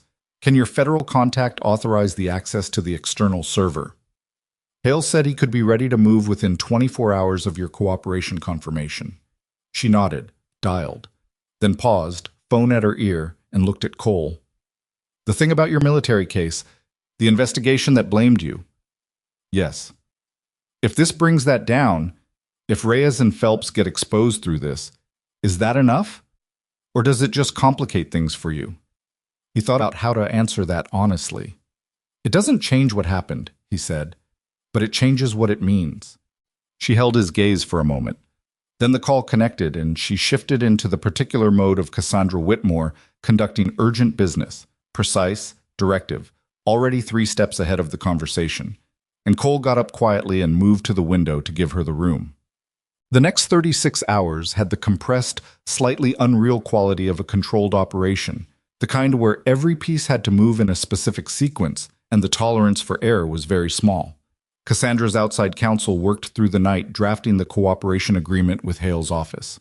The board's audit committee chair, a woman named Hargrove, who had been on the Whitmore board for 9 years and apparently had the disposition of someone who had seen worse things than this because she was steady and businesslike throughout, authorized the emergency executive access protocol that allowed for the transfer of financial transaction records to an external secure server outside Sloan's reach. Cole worked with Priya on the technical side. They had been at it long enough now that they had developed a working rhythm. She would pull data, he would interpret patterns, she would query deeper, he would redirect. She was better at this than most people he'd worked with in professional intelligence contexts, and he told her so at 2 a.m. on the second night, which seemed to surprise her. I'm just doing my job, she said, which was what people said when they didn't know how to accept a compliment. You're doing it well. Under pressure, with compromised systems and incomplete information, that's harder than it looks. She thought about that. Did they teach you to say things like that? In the military? No, people just sometimes deserve to hear it. She turned back to her monitor, but the set of her shoulders had changed slightly. People needed to know their work mattered. It was a simple thing, and it was almost always true. The transaction records, once isolated on the external server, told a cleaner story than even Cole had hoped. The payment chain from Meridian Stratford's domestic shell to Sloan's financial manager was documented across 14 transactions over 8 months, each one carefully structured to stay below reporting thresholds, a technique called structuring, and itself a federal offense. The structured payments corresponded in timing to specific actions Sloan had taken within Whitmore Global's systems: the security upgrade oversight, the calendar access, the fleet management intrusion point. It was a near-complete evidentiary picture. What remained was the final link between Sloan's financial manager and the Meridian Stratford account, a connection that existed in records outside Whitmore Global's systems, which Hale's office was working to obtain through parallel channels. Cole explained this to Cassandra on the morning of the 3rd day, standing in her office again with coffee that was actually good this time because her assistant had brought it from somewhere that knew what they were doing. "So we have almost everything," she said. "We have everything we need to freeze his access and make his position untenable. The last piece is for the federal case, the connection that makes it prosecutable at the level that matters." "And that comes from Hale's side?" "Yes." She nodded, set her coffee down. "When do we move?" "Tonight. Hale wants simultaneous action, freeze the transactions, revoke Sloane's access, and execute the warrant on his financial manager at the same time. If any one of those happens without the others, he'll have enough warning to trigger a contingency." "Coordinated," she said. "Yes." She was quiet for a moment, looking at her desk. Then, "He's going to be in the building today. He has a 2 o'clock with the infrastructure division head. He doesn't know we're doing any of this." "I know. I have to sit across from him at that meeting." She looked up. "I have to act like everything is normal. Can you do that?" The expression that crossed her face was something Cole would remember later. Not anger exactly, but the particular kind of resolve that comes from having been genuinely hurt and deciding that the hurt is not going to be the last thing. "I built a company from nothing while people were waiting for me to fail," she said. "I can sit across from one trader for 40 minutes. Cole nodded. "There is one more thing." "Of course there is." Hailey mentioned overhearing something near Sloane's office a few weeks ago. A phone call, partly open door. Something about a timeline and evaluation window, and something that had to happen before the quarter closed. Cassandra frowned. "She mentioned it to the police." "Yes, but the detective didn't know what he was looking for. In context, what she described matches a specific conversation. The kind you'd have when confirming that your strategic buyer was still in position." He paused. "If Hailey is willing to make a formal statement that describes what she heard in enough detail to be placed in the specific timeline, it provides independent corroboration for the internal evidence. A witness who heard Sloane verbally reference the operation, even in indirect terms, matters for prosecution." Cassandra's expression shifted. Not reluctance, something more careful than that. "She's been through enough." "I know. It's her decision and yours. I'm not pressing. But it helps. It completes the picture. The financial evidence is strong. A witness who can place Sloane's words in the right time frame is the difference between strong and airtight." Cassandra looked at the window for a moment. "I'll talk to her." Hailey said yes. She said it in the way of someone who had been waiting to be useful and hadn't known how to ask. Cole sat with her in one of the tower's smaller conference rooms, Cassandra there as well, which was Hailey's condition, and walked her through what she'd overheard gently, without leading her toward any particular language. The goal was her own words, her own memory, her own sequence. What she remembered was more specific than the detective's notes had captured. She remembered pausing in the corridor because she'd heard Sloane's voice at an unusual volume. He was normally very quiet, and something in his tone had made her stop. She remembered the phrase "before the quarter closes" clearly because it was repeated twice. She remembered hearing a name, not Reyes, but a single-syllable name that she thought might have been Hayes or possibly Hale, but she hadn't been certain and hadn't thought it mattered. Cole kept his face neutral when she said that. Hayes or Hale? If Sloane had been in contact with someone at or connected to Hale's office, if there was a leak in the federal oversight chain, that was a complication that needed to reach Hale directly and immediately. He called Hale from the corridor after Hailey's informal statement was complete. "She heard a name," Cole said. "Single syllable. Possibly Hayes. Possibly your name." Silence on Hale's end. "That's a problem," Hale said. "Yes. If Sloane has a contact in my division, the simultaneous action plan is compromised. He could get warning." "I know. Which means we either move faster than your internal leak can act, or we cut your division out of the loop until the last possible moment." "Cutting my own office out of the loop is—" Hale stopped. Cole heard him breathe. "It's the right call. If there's a source, I need to contain it before it reaches Sloane. How fast can you move on your end?" "Tonight is still viable if your warrant process can run through a channel that doesn't touch whoever the source is. I have a federal prosecutor I trust completely. We went to law school together. I'll route through him directly." "That works," Cole said. "Move tonight. Don't tell your division until the warrants are executing." A pause. "This is a significant ask." The whole thing collapses if Sloan gets 12 hours of warning. Cole kept his voice even. You know that. Yes, Hale said. Tonight. Cole hung up and went back into the conference room. Cassandra looked at him from across the table and he gave her a single nod, the kind that meant things were moving, and she held his gaze for a moment and then turned to her daughter. You did well, she told Hailey. Hailey pulled at a thread on her sleeve. I just said what I heard. That's what doing well looks like sometimes. Sloan's 2 o'clock meeting with the infrastructure division head ran 47 minutes. Cole knew this because he was watching the building's visitor management logs in real time from the Security Operations Center, and because Priya had quietly installed a monitoring flag on Sloan's system credentials so that any attempt to access external networks or encrypted messaging applications would be immediately logged. Sloan made no unusual network requests during the meeting. He made one outbound call from his office at 3:15 to a number that Priya ran in real time and identified as belonging to a restaurant in Midtown, which seemed to be what it appeared to be. He left the building at 4:40 with his briefcase, took the elevator to the lobby, and walked out into the late afternoon without looking back. Cole watched him go on the lobby camera. He had the appearance of someone who believed he still had time, which meant either the internal leak hadn't reached him yet or the leak didn't exist. Cole preferred the second possibility, but planned for the first. Cassandra froze Sloan's financial access at 6:15, while he was presumably eating whatever he'd reserved at the Midtown restaurant. The freeze was executed by Whitmore Global's outside counsel through a board-authorized emergency action, which meant it didn't require Sloan's signature and didn't trigger a notification to his system account. Damon had secured duplicate copies of all the financial evidence on an external server that existed entirely outside Whitmore Global's network. If Sloan somehow managed to destroy the internal records, the copies would survive. Hale's warrant, executed at 7:08, served simultaneously to Sloan's financial manager and to the registered agent of Meridian Stratford's domestic operating entity in Delaware. Cole got a text from Hale's personal phone, not his office line, that said simply, served. The final piece came from a direction Cole hadn't expected. At 7:30, Cassandra called him. Her voice had a controlled quality that meant something significant had happened. Everett is in the lobby, she said. He came back. Cole was already pulling on his jacket. He knows. He's asking to see me. Security is holding him at the desk. Don't go down alone. I wasn't planning to. A beat.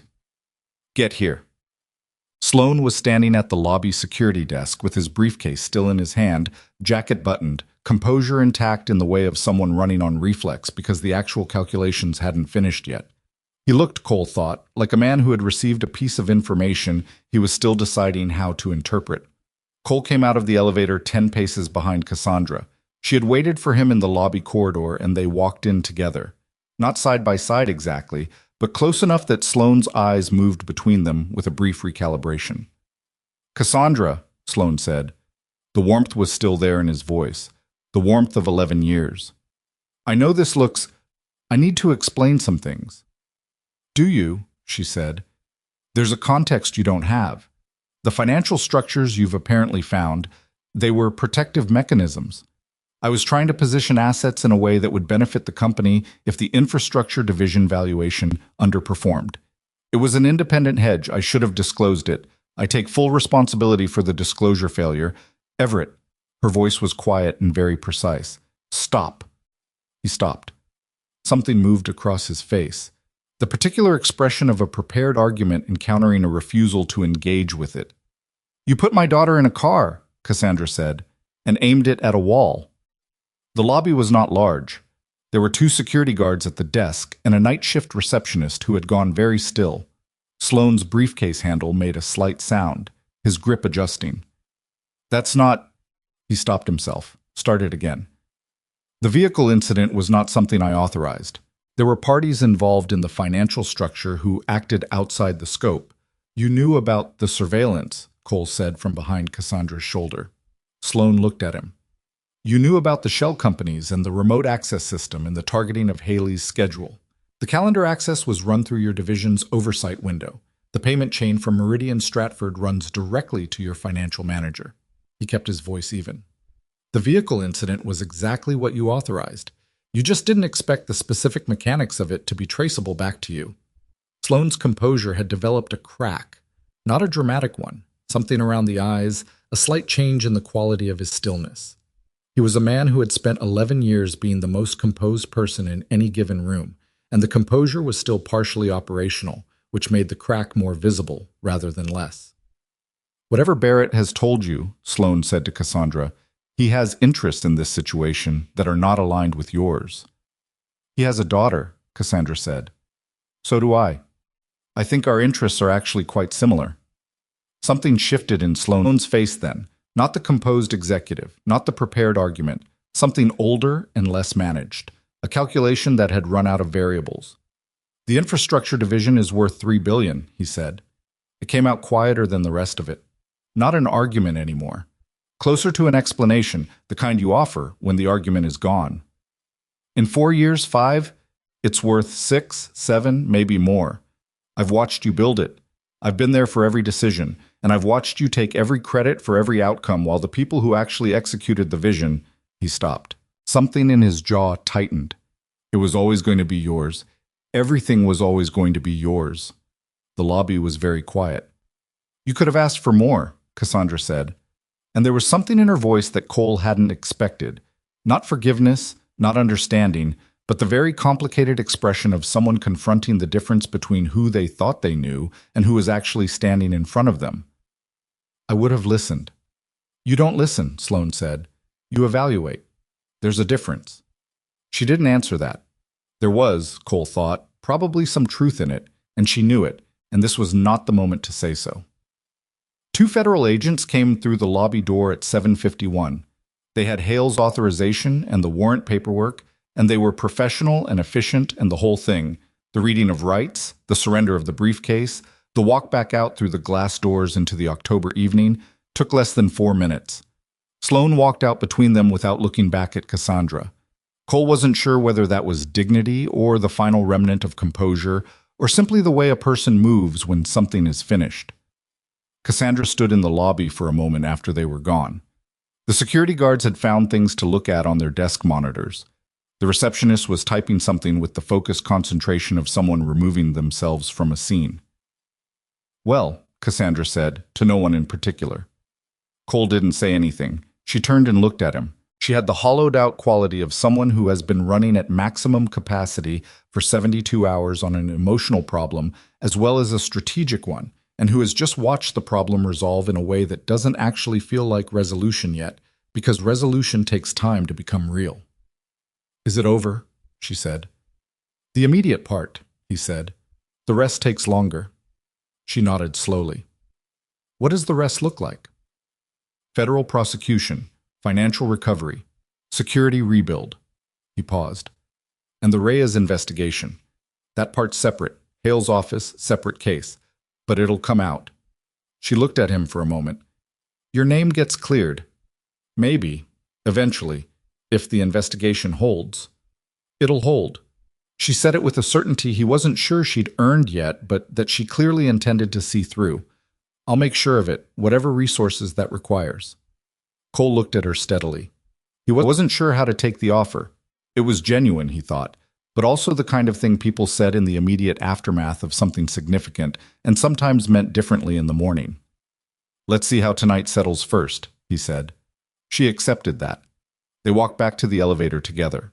The billionaire and the former SEAL, who had been her driver for 14 months, and was now something she didn't have a clean word for, and rode up in a silence that was different from every other silence they'd shared in a car.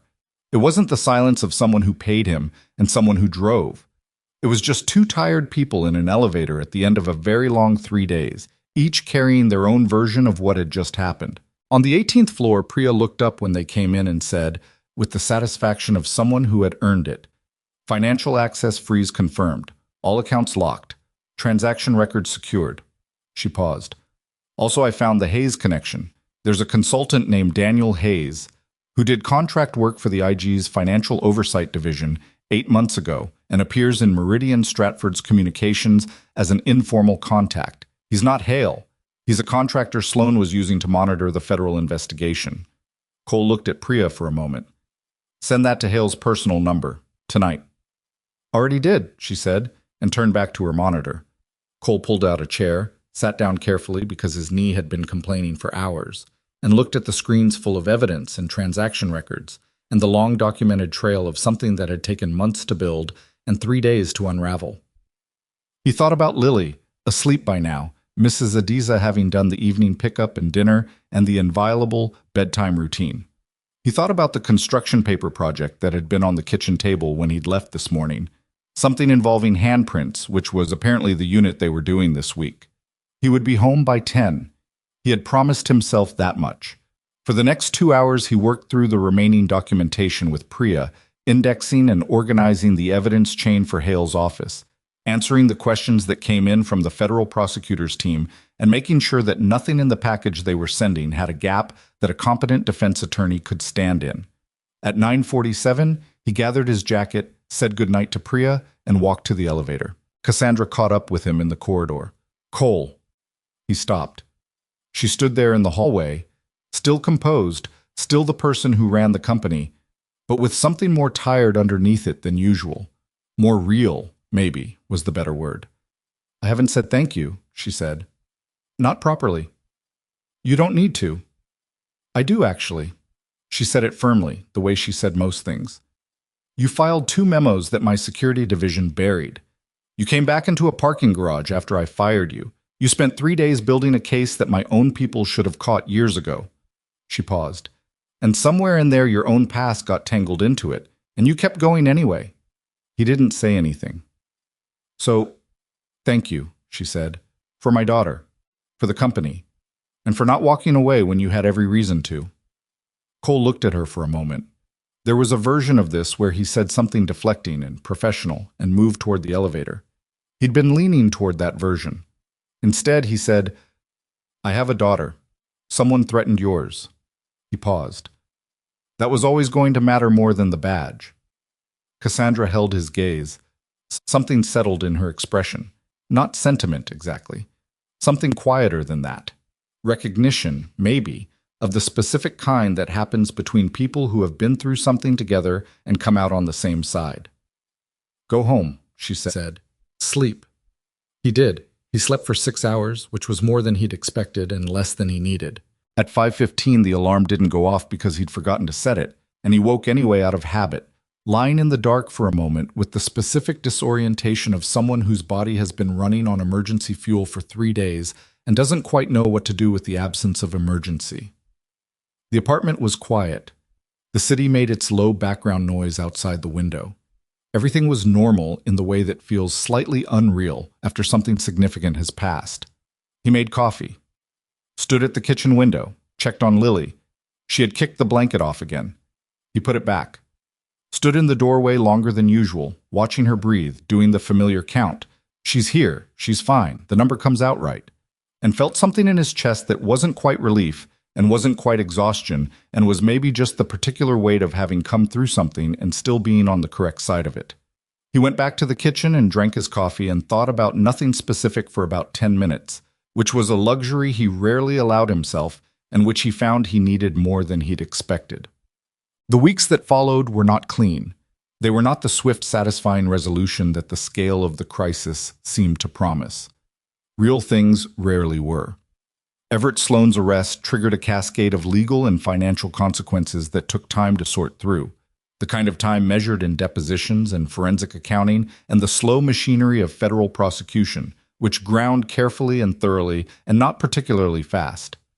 His attorney, a firm from Washington that specialized in white-collar defense, filed 3 motions in the first 2 weeks alone. The financial freeze on Meridian Stratford's domestic assets was contested by Luxembourg-registered counsel. The beneficial ownership structure above Reyes and Phelps turned out to have 2 additional layers that Damon hadn't reached, requiring Hale's office to expand the investigation scope. None of this surprised Cole. He had spent enough time around complicated operations to know that the ending was rarely an ending. It was more like a transition into a different kind of work. He attended 3 depositions in the first month, answered questions from federal prosecutors on 2 separate occasions, and provided written documentation on 4 more. He was methodical and precise and occasionally frustrated, and he kept Damon informed through channels that didn't touch Hale's office until the Hayes situation was fully resolved. Hayes, Daniel Hayes, the contractor, turned out to be less significant than his position suggested. He had passed 3 pieces of information to Sloan over 8 months, none of them critical to the investigation itself, and had done so primarily for money rather than ideology, which made him both easier to prosecute and less interesting to understand. He pleaded guilty in the second month and cooperated fully. His cooperation accelerated the Phelps connection considerably. Warren Phelps was retired in Virginia, 71 years old, and had apparently spent the years since Cole's military investigation living a quiet life that appeared to involve a great deal of golf and no particular reckoning. He was arrested on a Thursday morning in November, which Cole learned about from a text Hale sent him that contained no words, only a timestamp and an address in Virginia that Cole recognized as Phelps's county of residence. He stood in the Whitmore Tower lobby when he read it. He was between a building walkthrough and a meeting with the security architecture firm Cassandra had hired, and he stayed there for a moment with his phone in his hand and a feeling he couldn't immediately categorize. Not satisfaction exactly. Satisfaction implied that something had been gained, and what had actually happened was that something that should never have been lost was being partially returned. His career. The 12 years. The weight of having believed for 4 years that he had failed in ways that were his own fault, that the investigation had found him responsible because responsible was what he was. None of that time came back. The understanding of it just changed shape. He put his phone in his pocket and went to his meeting. Philip Reyes was arrested 6 weeks after Sloan, which was longer than Hale had hoped and shorter than his attorneys had maneuvered for. The arrest happened in Miami, where Reyes had apparently been living since his departure from the defense contracting world, comfortably, by all accounts, in the specific comfort of someone who has done harm and experienced no consequence for it and has concluded that consequence is for other people. Cole was not present for the arrest. He was at Lily's school, watching her participate in a fall performance that involved, from what he could determine, some kind of narrative about migratory birds and the seasons, told through a combination of dancing and drawings held up on cardboard signs. Lily played the part of what she informed him was a navigator bird, which apparently involved walking with great purpose across the stage 3 times while pointing in a specific direction. He sat in a folding chair in the school gymnasium and watched his daughter point at the horizon with the complete commitment of a 7-year-old who had been given a role and intended to execute it fully, and he thought about very little else for the duration of the performance. Afterward, in the parking lot, Lily ate a granola bar and told him in some detail about the rehearsal process and how one of the other kids had dropped their cardboard sign twice, and how the music teacher had said the show was the best one they'd done, which Lily reported with the satisfied authority of someone who had contributed meaningfully to a successful outcome. "Were you nervous?" Cole asked her. She considered this seriously. "A little," she said.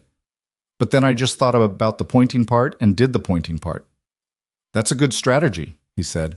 "I know." She finished the granola bar and looked up at him. "Were you nervous about anything today?" Cole thought about Reyes in Miami, about the arrest, about the 4-year wait that had shifted this morning without ceremony or announcement, just a text message and a timestamp. "A little," he said. "But I just thought about the pointing part." Lily looked at him with the particular expression of a 7-year-old who suspects she is being gently made fun of but isn't entirely sure. Then she seemed to decide it was fine and grabbed his hand, and they walked to the car. The formal clearing of Cole's military record took 11 weeks from Sloan's arrest. It required a petition through the Board for Correction of Naval Records, supported by documentation from Hale's investigation, the original excluded witness statements that Damon had located, and a formal submission from Cassandra's outside counsel that laid out the financial connection between the Reyes-Phelps operation and the Whitmore global conspiracy. The board reviewed it over 6 weeks and issued a finding that the original investigation had been conducted with material procedural failures and that the determination of responsibility attributed to Cole Barrett was not supported by the complete evidentiary record. They mailed him a letter. He read it in his kitchen on a Tuesday afternoon while Lily was at school. It was 3 pages, formal language, the kind of document that said significant things in deliberately unsatisfying prose. The operative paragraph was on the 2nd page, 14 lines in. The board finds that the record of the subject officer shall be corrected to reflect that the determination of inadequate field judgment attributed to Lieutenant Commander Barrett is hereby vacated, and that his discharge characterization shall be amended accordingly. He read it twice, set it on the kitchen table, stood at the window with a cup of coffee that had gone cold while he was reading. He didn't know what he'd expected to feel. Something more immediate, maybe. Instead, it was quieter than that. The particular quiet of a weight you've been carrying so long that when it's removed, you mostly feel the absence rather than the relief. The relief came later, in pieces, at unexpected moments. Driving to work and realizing he'd gone 4 blocks without the background noise in his head that had been there for 4 years. Waking up at 3 in the morning and understanding, after a moment, that there was nothing he needed to recalculate. He called Damon. "I know," Damon said. "Hale told me yesterday. I didn't want to steal your mail." "You could have called. I thought you'd want to read it yourself first." A pause. "How do you feel?" Cole thought about this honestly, the way Damon deserved. Like it's real, but not immediate yet. Like it'll take a while to get from the paper to the place where it actually means something. "That's about right," Damon said. "Give it a few months." Another pause. "For what it's worth, I always knew. Everyone who was there knew." "I know." "Okay, then I won't make this into a thing. Thank you. Buy me dinner sometime." "Yeah," Cole said. "I will." He hung up and picked up the letter again and looked at it for another moment. Then he put it in the small fireproof box in his closet where he kept Lily's birth certificate and his discharge papers and the photograph of his team from his 3rd year in the teams. The one taken outside a forward operating base in a country he couldn't name in the photo's caption. Everyone squinting against the sun, everyone young in ways they didn't know yet. He closed the box, went back to work. Cassandra had dismantled and rebuilt Whitmore Global's security infrastructure in the 2 months following Sloan's arrest with the same systematic intensity she brought to everything. Commissioning an external audit, replacing the compromised systems, restructuring the reporting hierarchy so that security concerns could reach her directly rather than through an intermediary who could be either incompetent or corrupted. Garfield had been quietly retired in the 2nd week. His position was eliminated rather than refilled, which was its own kind of statement. She offered Cole the security division leadership in the 4th week. He turned it down. She offered it again 3 weeks later with different parameters. Not just the security division, but a broader strategic risk function, with a seat at the executive table on decisions that touch the company's operational safety. A title. An ownership stake, small but real. "I told you," he said, "I don't work for people who don't trust me." "I trust you," she said. "I think I've made that fairly clear at this point." "You do now. You didn't 3 months ago." "People change." "I know they do. I'm just being honest about the sequence." She looked at him with the expression of someone who is being pushed back against and is deciding whether to push harder or recalibrate. She recalibrated. "Then work with me," she said. "Not for. With. Different structure, different terms. You maintain operational independence on your own schedule, including the school pickup, and I bring you in as a strategic partner on security architecture and threat assessment, not an employee, a consultant with equity. I already have a job." "You're still driving the sedan." "Yes." "Cole." She said it with a very specific patience that suggested she had been waiting for this particular stubbornness and had prepared for it. "You spent 14 months driving me around Manhattan because you wanted a job that kept regular hours and got you home to your daughter. You don't need that constraint anymore. The threat that made you take a driving job, keeping a low profile, protecting Lily from anything connected to your past, that threat is gone. Your record is cleared. Reyes is in custody. The people who benefited from keeping your past buried are either in federal proceedings or cooperating." She paused.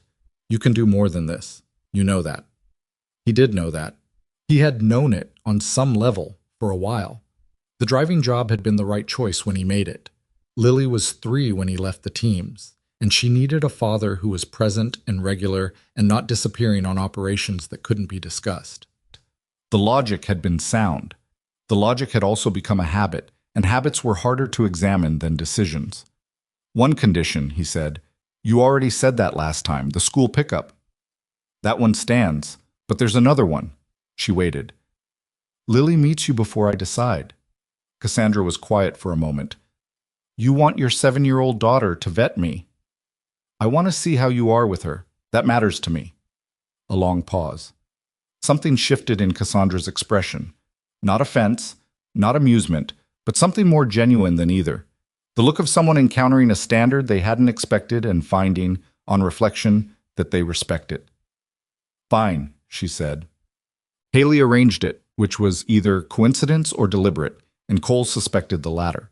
She had been coming to the tower more frequently in the months since the parking garage, not because the trauma had made her clingy, exactly, but because something had reorganized in her sense of what mattered, and she was still working out what to do with that. She had started a design project at school that she talked about with more focus than Cole had heard from her before.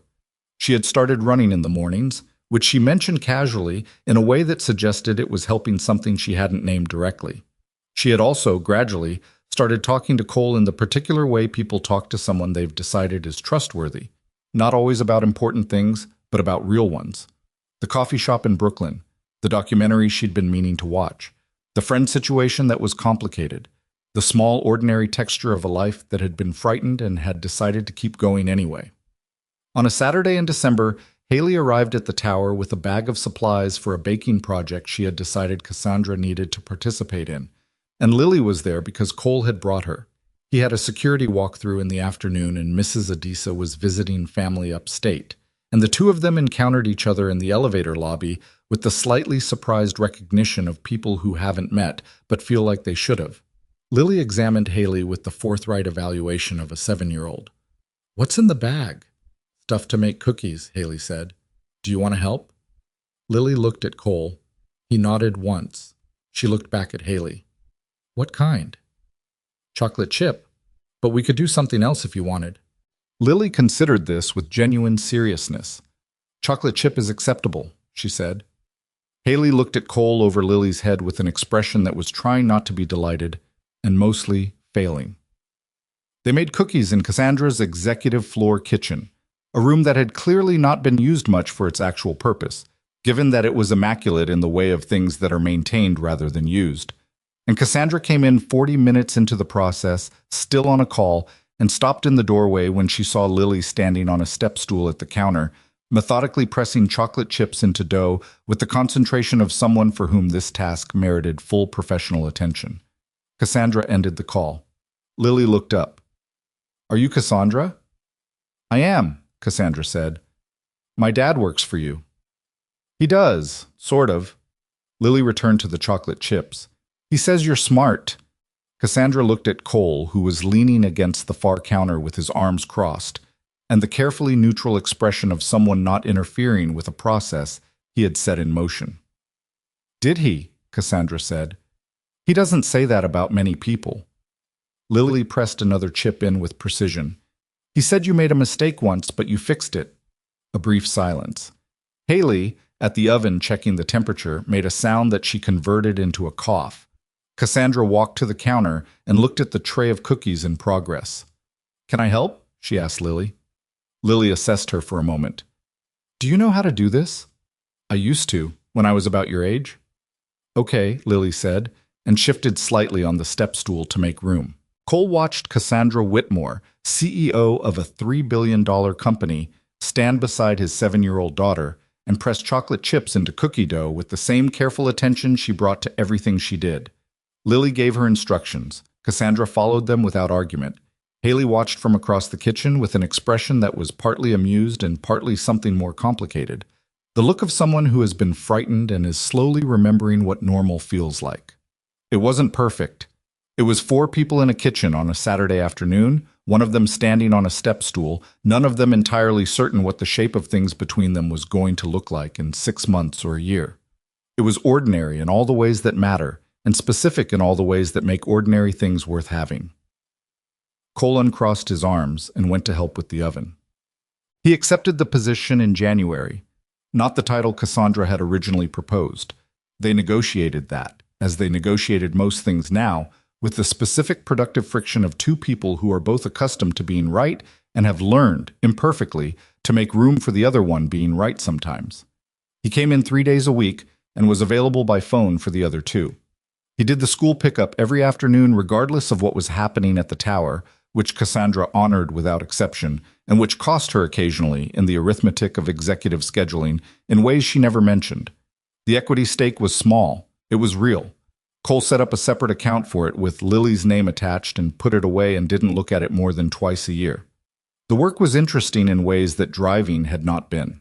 Not because driving was beneath him, it had served its purpose, kept him grounded, kept him close, but because the part of him that was trained to identify threats and solve problems in high-stakes environments had been underutilized for 14 months and was glad to be used again. He built the security architecture with a small team, oversaw the vendor assessment process, ran the first comprehensive threat review. Whitmore Global had ever done that wasn't performed by someone with a conflict of interest. He was good at it. That was a thing he had to allow himself to acknowledge, which was harder than it should have been. 4 years of believing the investigation was right, that he had failed in a fundamental way, had installed a particular reluctance in him to trust his own judgment on high-stakes matters.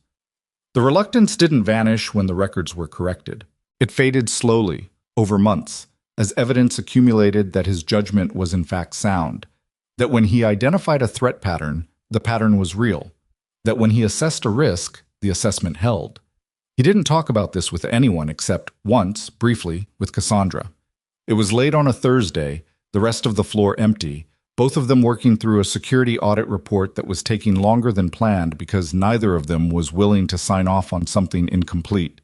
She had ordered food, Thai, because it was the fastest option near the tower, and they had been eating and working simultaneously in the particular comfortable informality of people who have spent enough time in each other's company that the formality of the original relationship has worn through in places. She looked up from her section of the audit and said, with the directness that was simply how she communicated, "You do that thing where you second-guess yourself and then get annoyed that you second-guessed yourself." Cole looked at her. "Do I?" "At least twice a week. Usually when you've already identified the right answer and then wonder if you should have looked further." She went back to the report. "For what it's worth, you're usually right the first time. Usually. Nobody's right all the time. You seem like you think you are." She looked up again with the expression of someone who has just been handed an accurate observation wrapped in a mild challenge. "I think I'm right more often than people credit me for being. That's different." "Is it?" "Yes. I'm also wrong sometimes, and I take longer to admit it than I should, and that's cost me things." She said it without particular weight, just accuracy. Like 14 months of a good security assessment from someone I treated as furniture. Cole put down his fork. "You didn't treat me as furniture." "I treated you as a function," she said, which is a more flattering word for the same thing. She looked at him steadily. "I'm trying to do it less." "I know," he said. "You are." She held his gaze for a moment, then, "Good. Now finish the third-party access section before 9 o'clock. He finished it by 8:50, which seemed to satisfy something in the evening's economy, and they went through the summary together and found 2 things that needed follow-up and agreed on who was doing which one, and that was that. He drove home. The city was doing its night version, the particular quality of Manhattan at 8 in the evening in winter, the cold and the light, and the specific busyness of people who have finished one thing and are going toward another. He parked, went upstairs. Mrs. Adisa had left a note about dinner and a small drawing Lily had done at school, which appeared to depict a bird pointing at something with great authority. He put it on the refrigerator. He stood in Lily's doorway. She was asleep on her side this time, blanket actually covering her for once, one hand curled under her cheek. He stood there for the familiar minute, doing the familiar count. She's here. She's fine. It still came out right. There is something people don't tell you about rebuilding a life after the version you had has been taken apart. They talk about resilience, about starting over, about the inspiring quality of people who face adversity and come through it. What they don't talk about, because it is harder to make inspiring, is the accumulated weight of the ordinary. The permission slips that need signing. The mornings when the coffee maker breaks and you drink bad coffee anyway, because there isn't time to fix it. The way your daughter goes through a phase of asking the same question 17 different ways and you answer it every time because the question matters even if the repetition is wearing. The work that takes longer than it should. The relationships that require maintenance even when maintenance is effortful. The recurring human inconvenience of being responsible for things. Cole had learned in the years since he left the teams that the ordinary was not what you endured between the significant moments. The ordinary was the significant moments. It was just slow and undramatic about being that, which made it easy to miss if you were waiting for the other kind of significance. He had spent 4 years believing he had failed at the large things. The mission, the judgment, the record. What he had not failed at, what had continued regardless of the investigation and the weight of it and the years of driving in silence, was the small daily accumulation of showing up. For Lily, for the job, for the people in front of him who needed something done. He had shown up in a parking garage when he had every reason not to. He had shown up for 3 days of investigation when walking away was easier. He had shown up for the depositions and the paperwork and the long, slow legal machinery because it was the right thing. And because walking away had never actually been in him, no matter how many times he told himself it was an option. People who are capable of walking away generally don't make it 12 years in special operations. He had known that, somewhere under everything, and had been afraid to count on it. He counted on it now. 6 months after the arrest, Cassandra and Cole had dinner. Not a work dinner. They'd had enough of those. This was a Saturday evening, Lily at a sleepover with a school friend for the first time, Cole with an open evening that had the slightly unfamiliar quality of unscheduled time. Cassandra had texted in the afternoon, "Hailey's out. I don't want to eat alone. Do you cook?" He did cook, which she apparently hadn't assumed. He made the one thing he reliably made well, a simple pasta with sausage and tomato, the kind of recipe that had exactly 5 ingredients and couldn't be dressed up or made impressive but was consistently good. He brought the components to her townhouse, which felt slightly absurd given that he'd spent 14 months picking her up from this address and had never been inside it. The inside was different from what he'd imagined and exactly what he should have expected. Orderly, functional, expensive in a way that was about quality rather than display. The kitchen was well equipped and clearly used, which surprised him. There was a photograph of Hailey at about 12 on the refrigerator, stuck there with an ordinary magnet that looked like it had been taken on a beach somewhere and that Hailey would probably find embarrassing. Cassandra poured wine. Cole cooked. She sat at the kitchen island and they talked about the things that people talk about when the professional context is temporarily set aside. Hailey's design project, which was apparently going well. Lily's bird performance, which Cole described in enough detail that Cassandra laughed, properly, the kind of laugh that didn't have any performance in it. A conversation they'd both seen about the current state of something they disagreed about, which they argued about companionably, without resolving. She set the table herself, which he noticed. They ate, and the food was what it always was. Nothing special, reliably good. And the conversation moved through different territory and came to rest eventually in the way conversations do when the people in them are comfortable enough to let silences happen. "Can I ask you something?" Cassandra said. "Yeah." "What do you want? Not for Lily, not for the work, for yourself." Cole considered the question seriously, which was the only way it deserved to be considered. "This," he said after a moment, "something like this. Work that matters. My daughter. People around her who," he paused, finding the right word, "who see her, who don't look through her because she's small. People like Hailey. People like Hailey." He looked at her. "People like you, when you let yourself be." Cassandra held his gaze. "I'm working on the letting myself be part. I know. It's harder than it looks. Most things are." She turned her wine glass in her hands, a habit he'd noticed, the quarter turn. The same gesture he'd seen from Hale and recognized as something people did when they were thinking and needed something to do with their hands. "Cole, I owe you an honest thing. Okay? When I hired you, 14 months ago, I didn't think about you at all. You were a credential check and a reference and a warm body in a driver's seat. That's the honest version." She held his gaze. "And when you filed those memos, my first thought wasn't whether you were right. It was whether you were getting above yourself. I know. I'm telling you because I want you to know I know it, not to ask forgiveness for it. You don't owe me that, and I'm not asking. But because the thing I value most in people, after everything, is honesty about what they actually did and why. And the honest answer to why I fired you is that you made me uncomfortable and I used my power to remove the discomfort." She said it flatly, in the voice of someone entering something accurate into a permanent record. "That's not a leadership quality. It's a character flaw that had consequences." Cole looked at her for a moment. "I know," he said again. And then, You also stood in a parking garage and handed me my badge back 30 minutes later and said you owned the company and you could do whatever you wanted. Something moved across her face, not quite a smile. That part was better. It was. I'm trying to do more of the better parts. You are, he said. I see it. She looked at him in the way she sometimes did now. Not the assessment she'd used to measure everyone who entered her field, but something less defended than that. The look of someone who has decided, against their general operating principles, to let a particular person matter. Good, she said quietly. The kitchen was warm. Outside, the city made its familiar sounds. They stayed at the table for another hour, talking about nothing significant and everything real, and Cole drove home in the cold December dark thinking about the strange and specific luck of ending up where you were supposed to be by way of a path that made no sense until you looked back at it.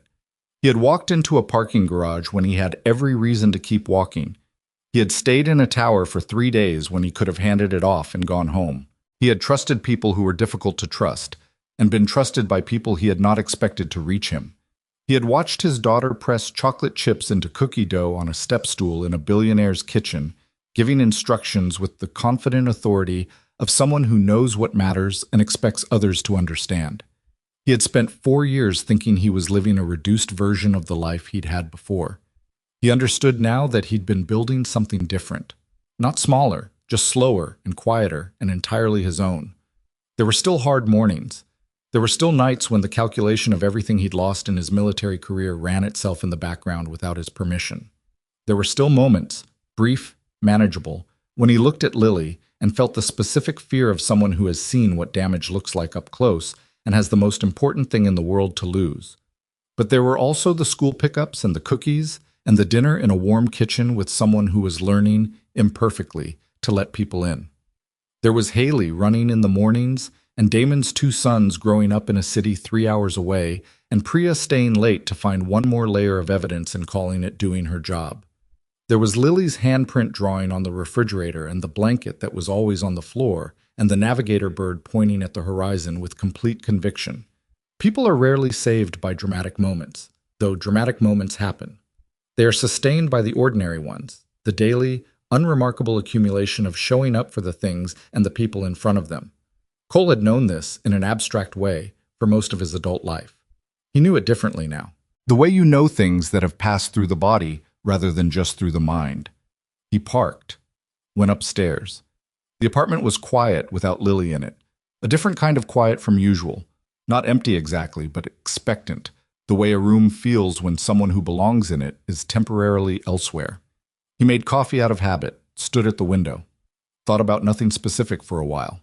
Tomorrow he would pick Lily up from her sleepover at 9:30. She would tell him everything about it in exhaustive detail on the drive home, the way she always did, the information delivered in the particular order that made sense to her rather than chronological order, looping back to earlier events when she remembered something she'd left out, and he would listen to all of it and ask questions in the right places, and it would take the whole drive home, and it would be the best part of the day. For now, he stood at the window and drank his coffee and looked at the city. The specific nighttime version of Manhattan, all light and movement and the accumulated energy of millions of people living their various ordinary lives, and felt, without drama, without ceremony, without any particular announcement, the thing that had been missing for a long time. He felt at home. Not in the apartment exactly, though the apartment was fine. Not in the city, though the city was where his life was now. At home in the way of someone who has finally stopped treating their actual life as a temporary arrangement until the real one arrives. Who has looked at what's in front of them, the imperfect work, the complicated people, the daughter who kicks her blanket off every single night, and understood that this, specifically this, is the thing worth staying for. Cole Barrett was 37 years old. He had been a sailor and a warrior and a man defined by a failure that turned out to be a lie. He was a father. He was slowly and with appropriate skepticism on both sides, becoming something else. He didn't have a clean word for yet, with a woman who was learning that power was not the same thing as safety. He had a job that used what he was good at. He had a daughter who made drawings of birds pointing at things.